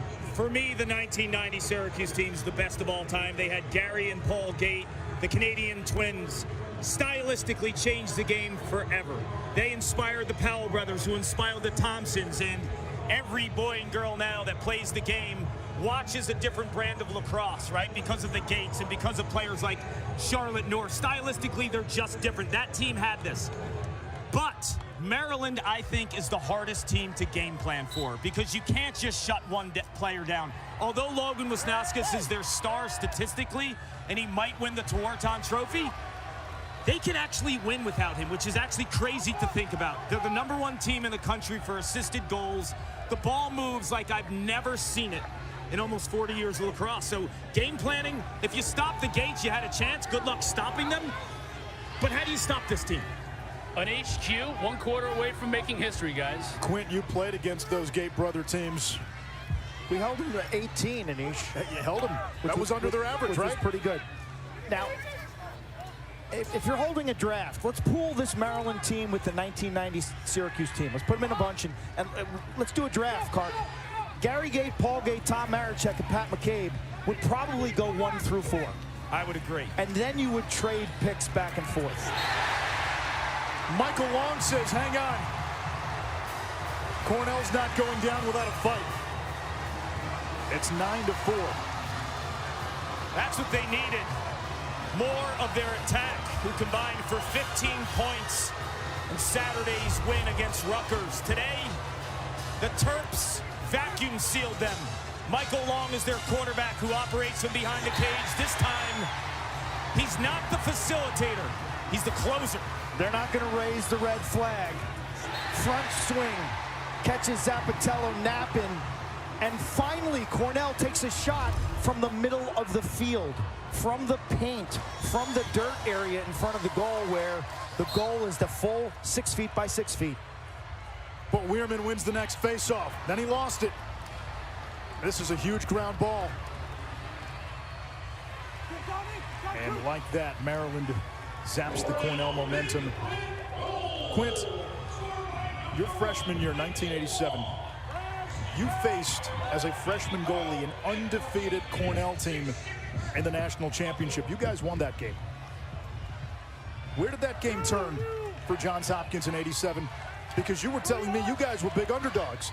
Cornell had just beaten the Gate brothers.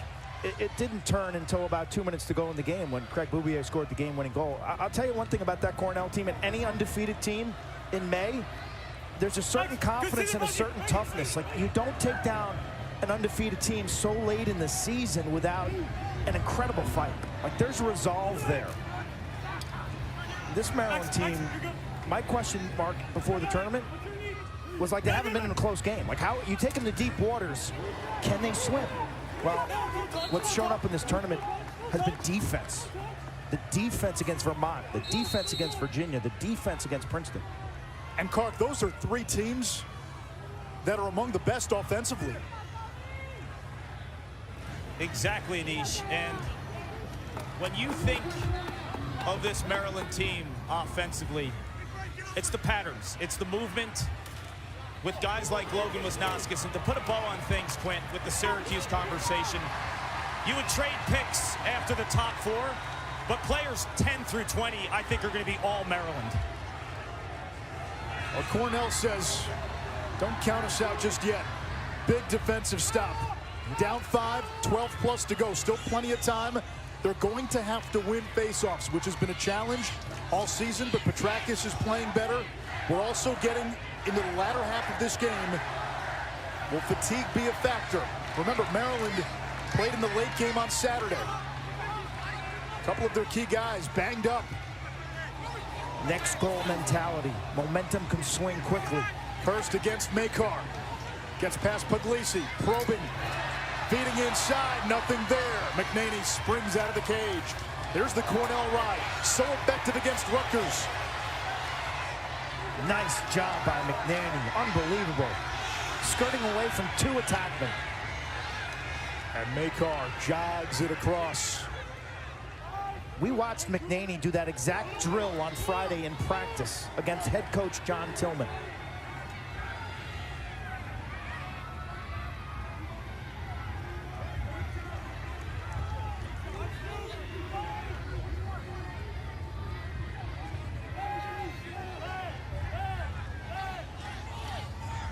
Daniel Maltz, 37 in white.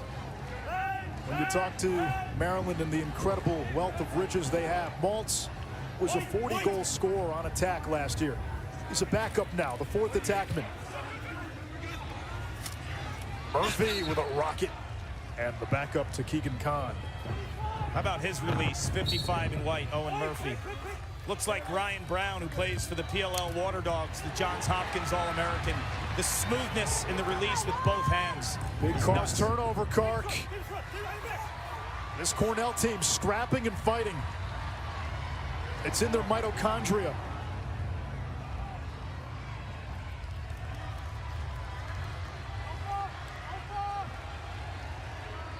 Nine caused turnovers now for Cornell.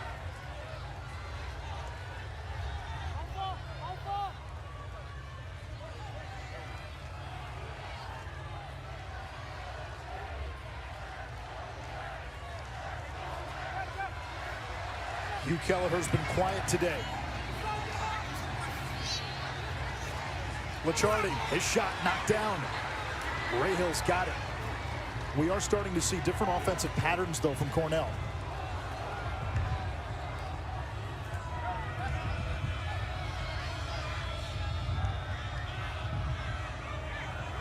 Maryland has to get it across midfield before the shot clock hits 60. Errant pass. Wisnauskas, the ground ball. And Murphy retreats. Wisnauskas, his play between the lines has improved dramatically. Much more fit. And we walked by on Friday at practice. You could just see he's changed his body for the good. Went from 215 to 195. Hasn't had a sweet, he said, since Christmas. I said, since Christmas? He said, yes, with conviction. He doesn't say a lot. Like, you talk to the players, it's hard to get him to speak, but he has completely dedicated himself for this very moment.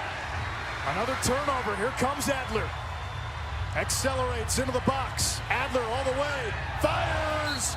This is going to be big. It'll stay with Cornell. The hustle by Davis. And a timeout. John Tillman calls for time.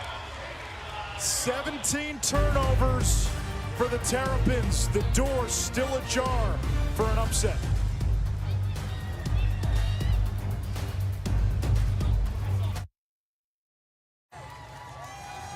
That is not the fake SVP. That's the real one. Big Maryland fan, big Maryland alum. He talks to the lacrosse team all the time. John Tillman said he would pop on with some Zooms from time to time. Cornell right now is hanging, Kark, and their defense is giving them a chance here. They're hanging in Maryland is fading. Luke Weirman was gassed, had a cold rag around his neck, massage gun working. Bubba Fairman right now, the same thing on the sideline. They're gassed. Can they hit the finish line?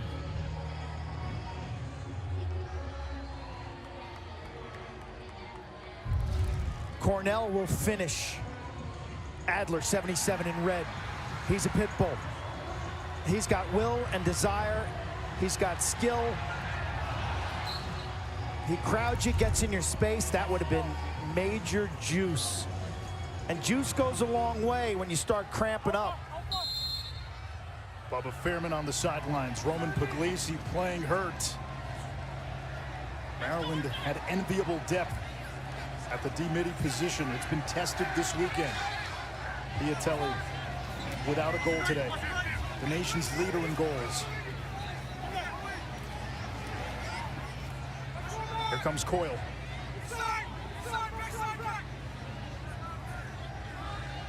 Now Piatelli from the wing against Makar.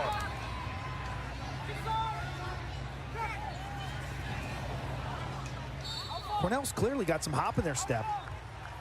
They've gotten some good looks here, Kark. I think their patterns and their spacing is much improved since the first half. You saw the slide rotation for Maryland was really short in first half play. This time they're spread out, finding skip lanes. Here's a chance. Kelleher, the step down.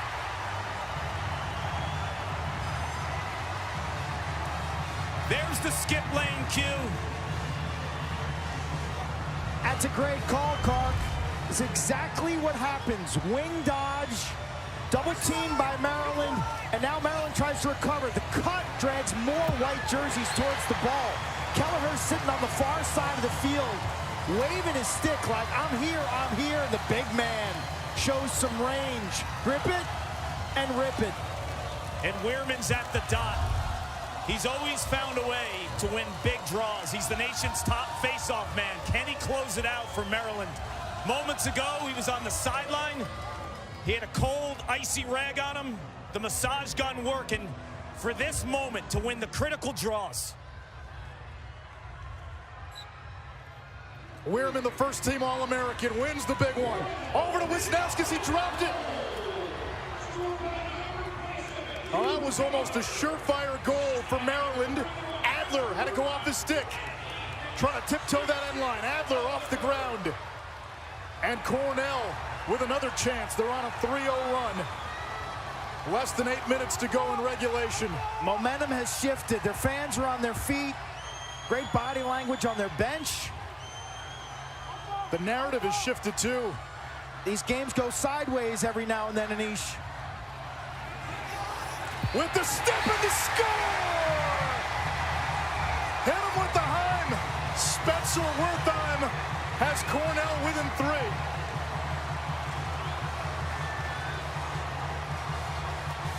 Hold off on the coronation.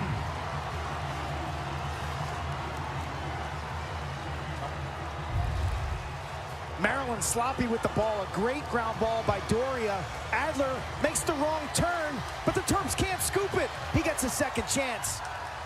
And he finds Erlen. Veins, Q. Adler always finds a way to get that huge ground ball. Billy Coyle leads Cornell in points from the midfield. A poor approach by a gassed Bubba Fairman. Coyle goes underneath. It's a 4-0 run for Cornell. Remember, Maryland is out of timeouts. Can the Terps get to the finish line and put the capper on an all-time season? Or can Cornell complete a comeback for the ages? Nobody has made Maryland play the full 60. Maybe Notre Dame, a 2-goal game, but they had the lead late. Deep waters right now. Let's find out what Maryland's made of. And very few have counterpunched Maryland like this. Long with a bouncer. It hops wide. There's still plenty of time. Almost 7 minutes. Murphy against Bardwell. Circles the cage. Murphy doesn't get it. Erlen to dive. Cornell winning the hustle points. closer to every ground ball right now.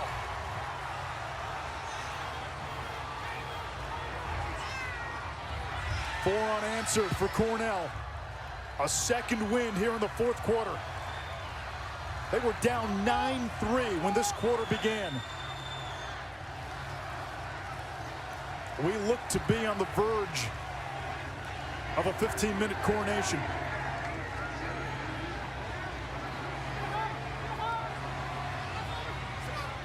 There's Worthon. He had the last one. Now Kelleher lowers that shoulder, stays with it.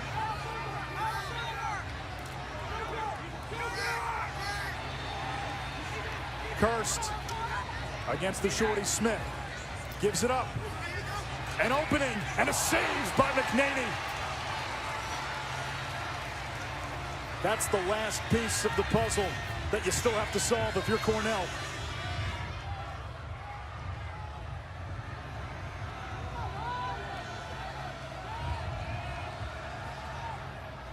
Dangerous pass, got to get it across. Failure to advance. Smith could not get it across before that shot clock hit 60. 19 turnovers for Maryland. Maryland looks like they're hitting the wall physically. No timeouts for Maryland. They're turning it over. They've missed the last 13 shots. Cornell scored 4 straight.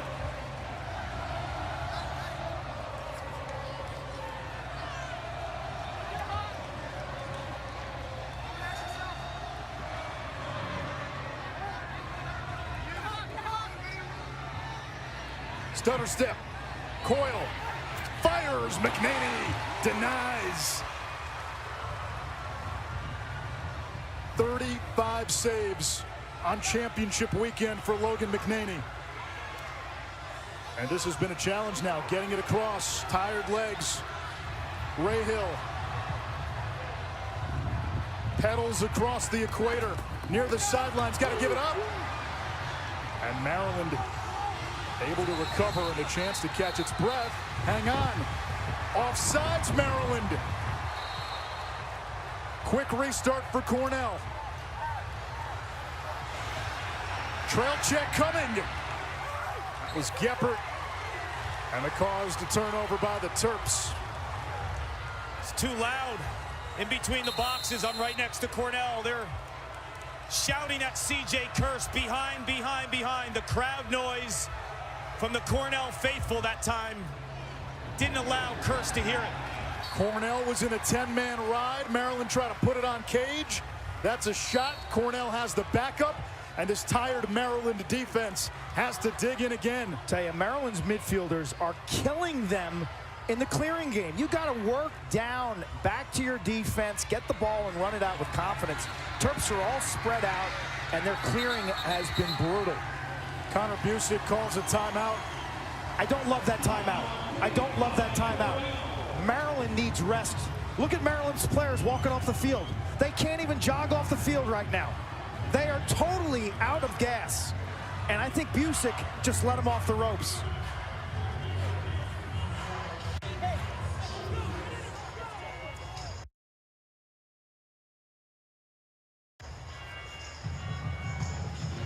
It was 9-3 Maryland when this quarter began.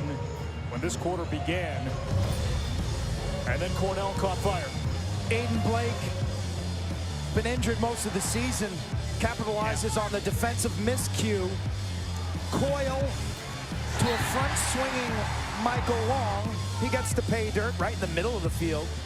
And then Kelleher bombs from distance. Wertheim, fresh legs. Do they matter on Monday? That's an example. He runs by the Maryland defense like they're standing still. This is unbelievable. If you told me one team would look one way in the fourth quarter and the other would look the other, one full of life, one gassed, because of the depth, I would have said unequivocally, the team with the energy was Maryland. Not so fast.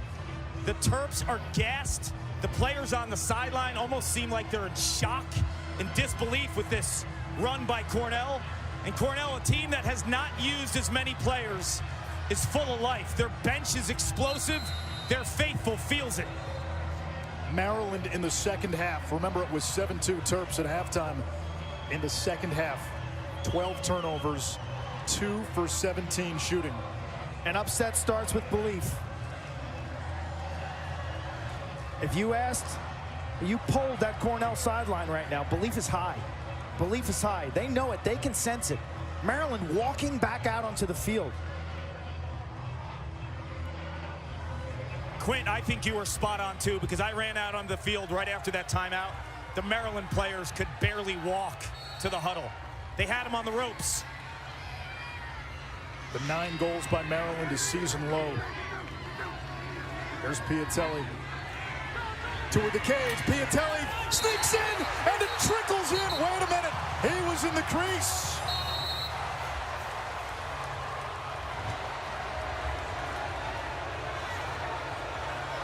Cornell in a 10-man ride.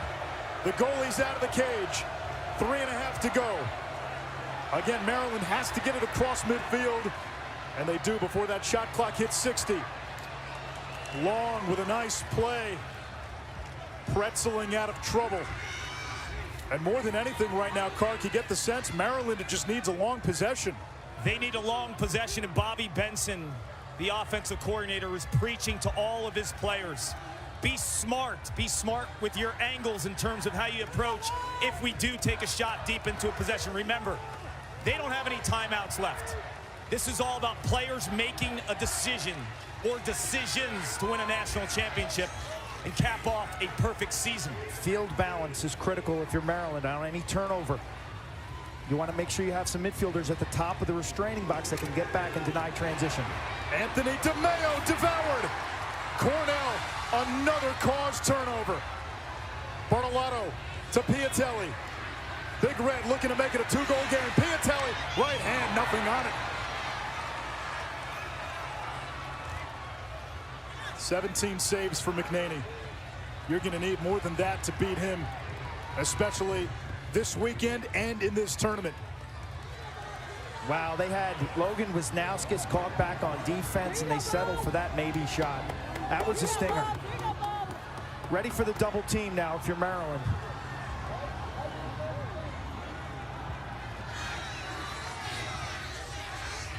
Ready for the double teaming for the Terps. Maintain field balance. Eyes up. Erlin looks like he's straying from the crease already. Goalie out of the cage. Cornell pressing out. 3-goal lead for the Terps. Plenty of time on the shot clock. Donville looking for help. It's not there. Plays it back to Long. Long's got 3 helpers today. On a bounce to Wisnauskas. It hits the ground. Brennan there to retrieve. Shot clock below 20. Doria chasing Brennan. Erlin now retreats into the cage. Shot clock down to 10. Bounce shot over the cage. Shot clock at 7. And if you're Maryland now, you can set up your defense.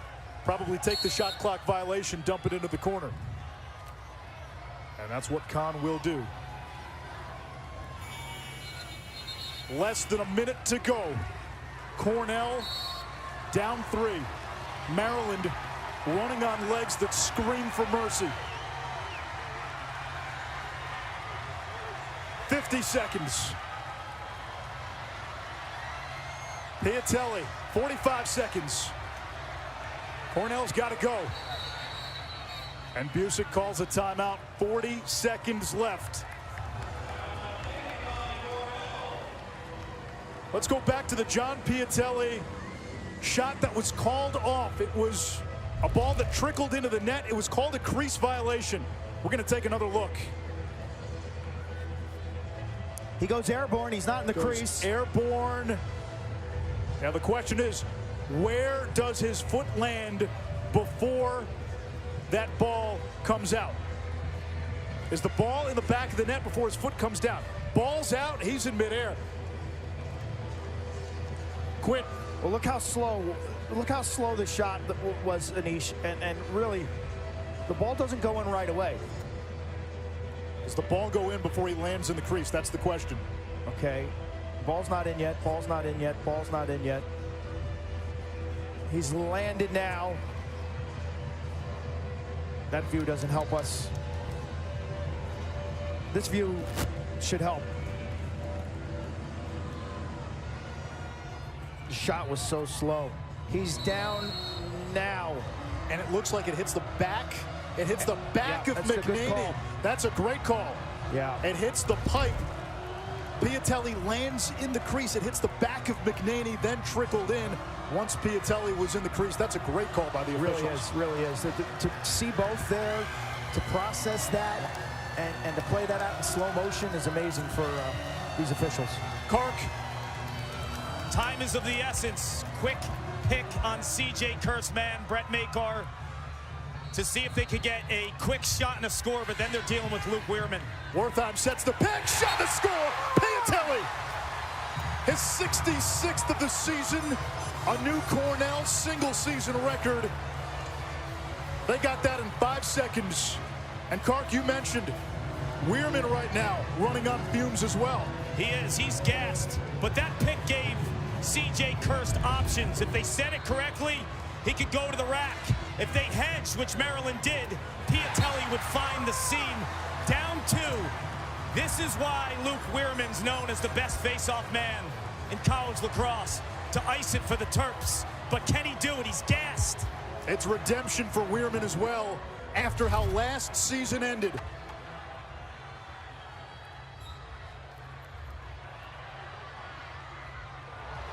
Weirman wins it to himself. Maryland again out of timeouts. They'll try to play keep away. 25 seconds. Wisnauskas, the Tewaaraton favorite. Maryland's all-time points leader. The Terps can taste it.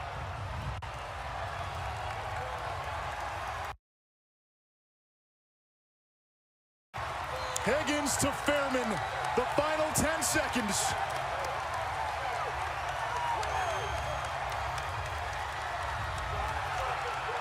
A season for the ages and a team for all time.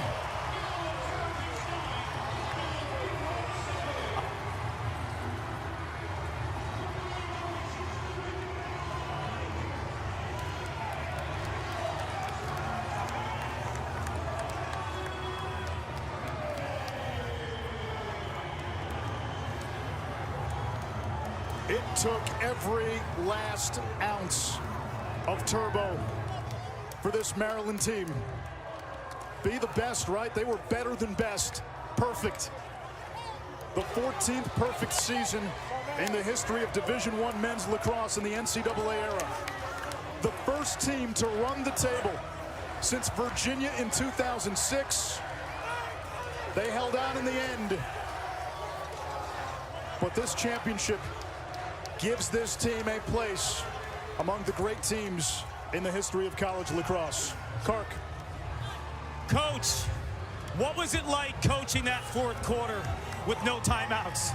Well, you know, obviously I'd like to have one back, but felt like we got caught one where Anthony was going to get doubled, and we just didn't have a lot of possession, so I burned the one for the other 3rd, and then the other one, we had 2 attackmen caught on, so, you know, would love to have had it, but honestly, we failed to clear so many times, we never really got a lot of chances to call it. Last year, you were so close with this team. Logan McNaney, your goalie, he came back on this same stage to have 36 saves in championship weekend. How would you describe his position for your team? He was great. I mean, this year we got such good play from Luke and obviously Logan. So now you got a great specialty situation right there that helps you get extra possessions. We needed them today. We were not great offensively. We grounded out. I thought our kids played hard. We just weren't sharp, but give Cornell a lot of credit. You got to give Connor and his staff and those kids, they played so hard.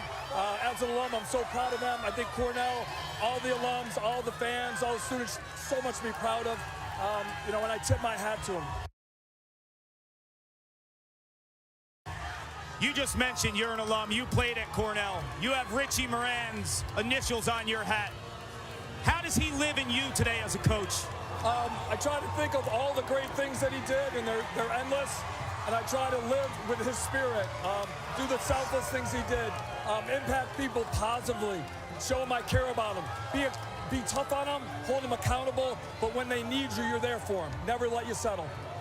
What's it been like chasing perfection? The last college lacrosse team to be undefeated was 2006 Virginia. Now you rank with them. You know, it's not something we really talk about or think about a lot. All I wanted to do was see these kids not crying this year. Last year to see the tears, you know, I feel so bad for guys like Nick Grill and Jared Bernhardt and all the seniors last year that didn't get this chance, but our guys were focused all year long, and I give them a lot of credit. The leadership, we had so many selfless guys. Sure, some talent, but the selflessness of this group, great role models for young people. Congratulations, Coach. Thank you. John Tillman's second national championship as Maryland's head coach. Our Capital One player of the game is Logan McNaney.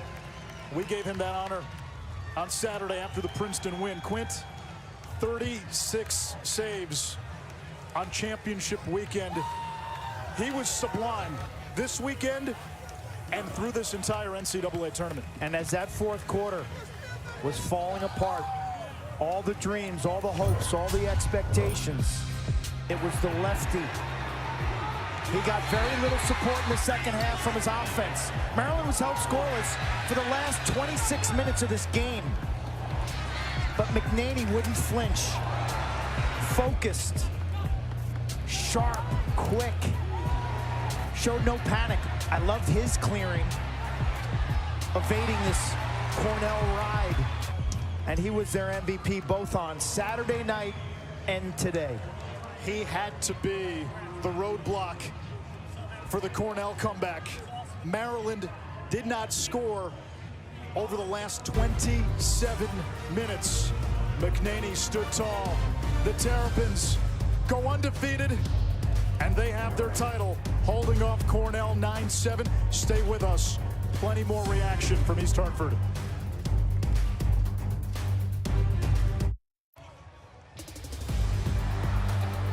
Congratulations to the Maryland Terrapins, 18-0. They tie the record for most wins in a season set by Loyola in 2012. Maryland, the first undefeated champion since Virginia in 2006. In the last 30 years, it hasn't happened often. Virginia in 06, Hopkins in 05. Princeton did it in the late 90s. Maryland does it in 2022. It took everything they had. In that fourth quarter, they were up 9-3. It looked like a comfortable cruise to the finish line.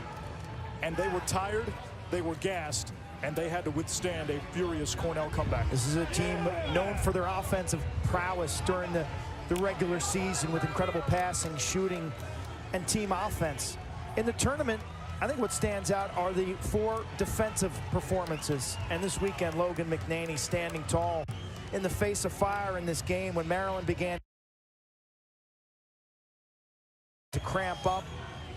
They lost their energy. Playing 2 games in 3 days is arduous. It's different. It's taxing. Maryland knows that, and they gutted it out behind their lefty goalie. And you think about how that short rest played out for Maryland. Saturday, we had a lightning delay, a weather delay in the middle of the Cornell-Rutgers semifinal. That was the first game. It was about 3.5 hours. The Maryland start time for their game was pushed back 4 hours. What time did we leave the stadium on Saturday? 9:30, 10 o'clock at night. Maryland got out of here about the same time. And both teams were at our hotel, and the vibe we got yesterday, Cornell looked more vibrant. Cornell certainly looked more fresh. That didn't manifest itself until about the last 15 minutes of this ball game, because this game went sideways. And give Maryland a lot of credit, the mental toughness they showed to grit this thing out when this game started getting wonky. Down to Kark. Logan, national championship MVP, but it actually started a year ago on this same field. How did last year's title game fuel this year for you? Yeah, coming in Friday, we had our first practice of the weekend, and I can speak for a lot of the guys on the team. We walked down this field with some emotion, and we realized that we had to really work our butts off to get to this position and win today. Being perfect is a really, really hard thing to do. Describe the pressure of being perfect. You know, I don't think we had that. I mean, you would think we'd have a lot of pressure from the outside, you know, all that stuff from the social media and all that, but our leaders and coaches do such a great job of keeping our minds on the main thing. And very proud of those guys today. And, you know, we just stuck our mind on what we have here. Coach Tillman found a goalie from his same hometown, and he delivered a national championship and an MVP performance. Congratulations, Logan. Thank you so much. Logan McNaney put together a sensational championship weekend performance. You go back, you think of the great goalie performances, Tillman Johnson in 2003 for Virginia. McNaney was unbelievable. And the one thing about all the numbers that he has in his career that stands out, Quint, the kid's a winner. He's 35-1 as Maryland's starting netminder. And at the end of the day, this team of Terps, they were the best. They say be the best. They did it from start to finish, and they've etched their place in history. They were perfect. 18-0. They had the best player in the country in Logan Wisnauskas. They had a great defense. They had no weakness, but they were tested on Championship Monday, and they passed that test. They win a title.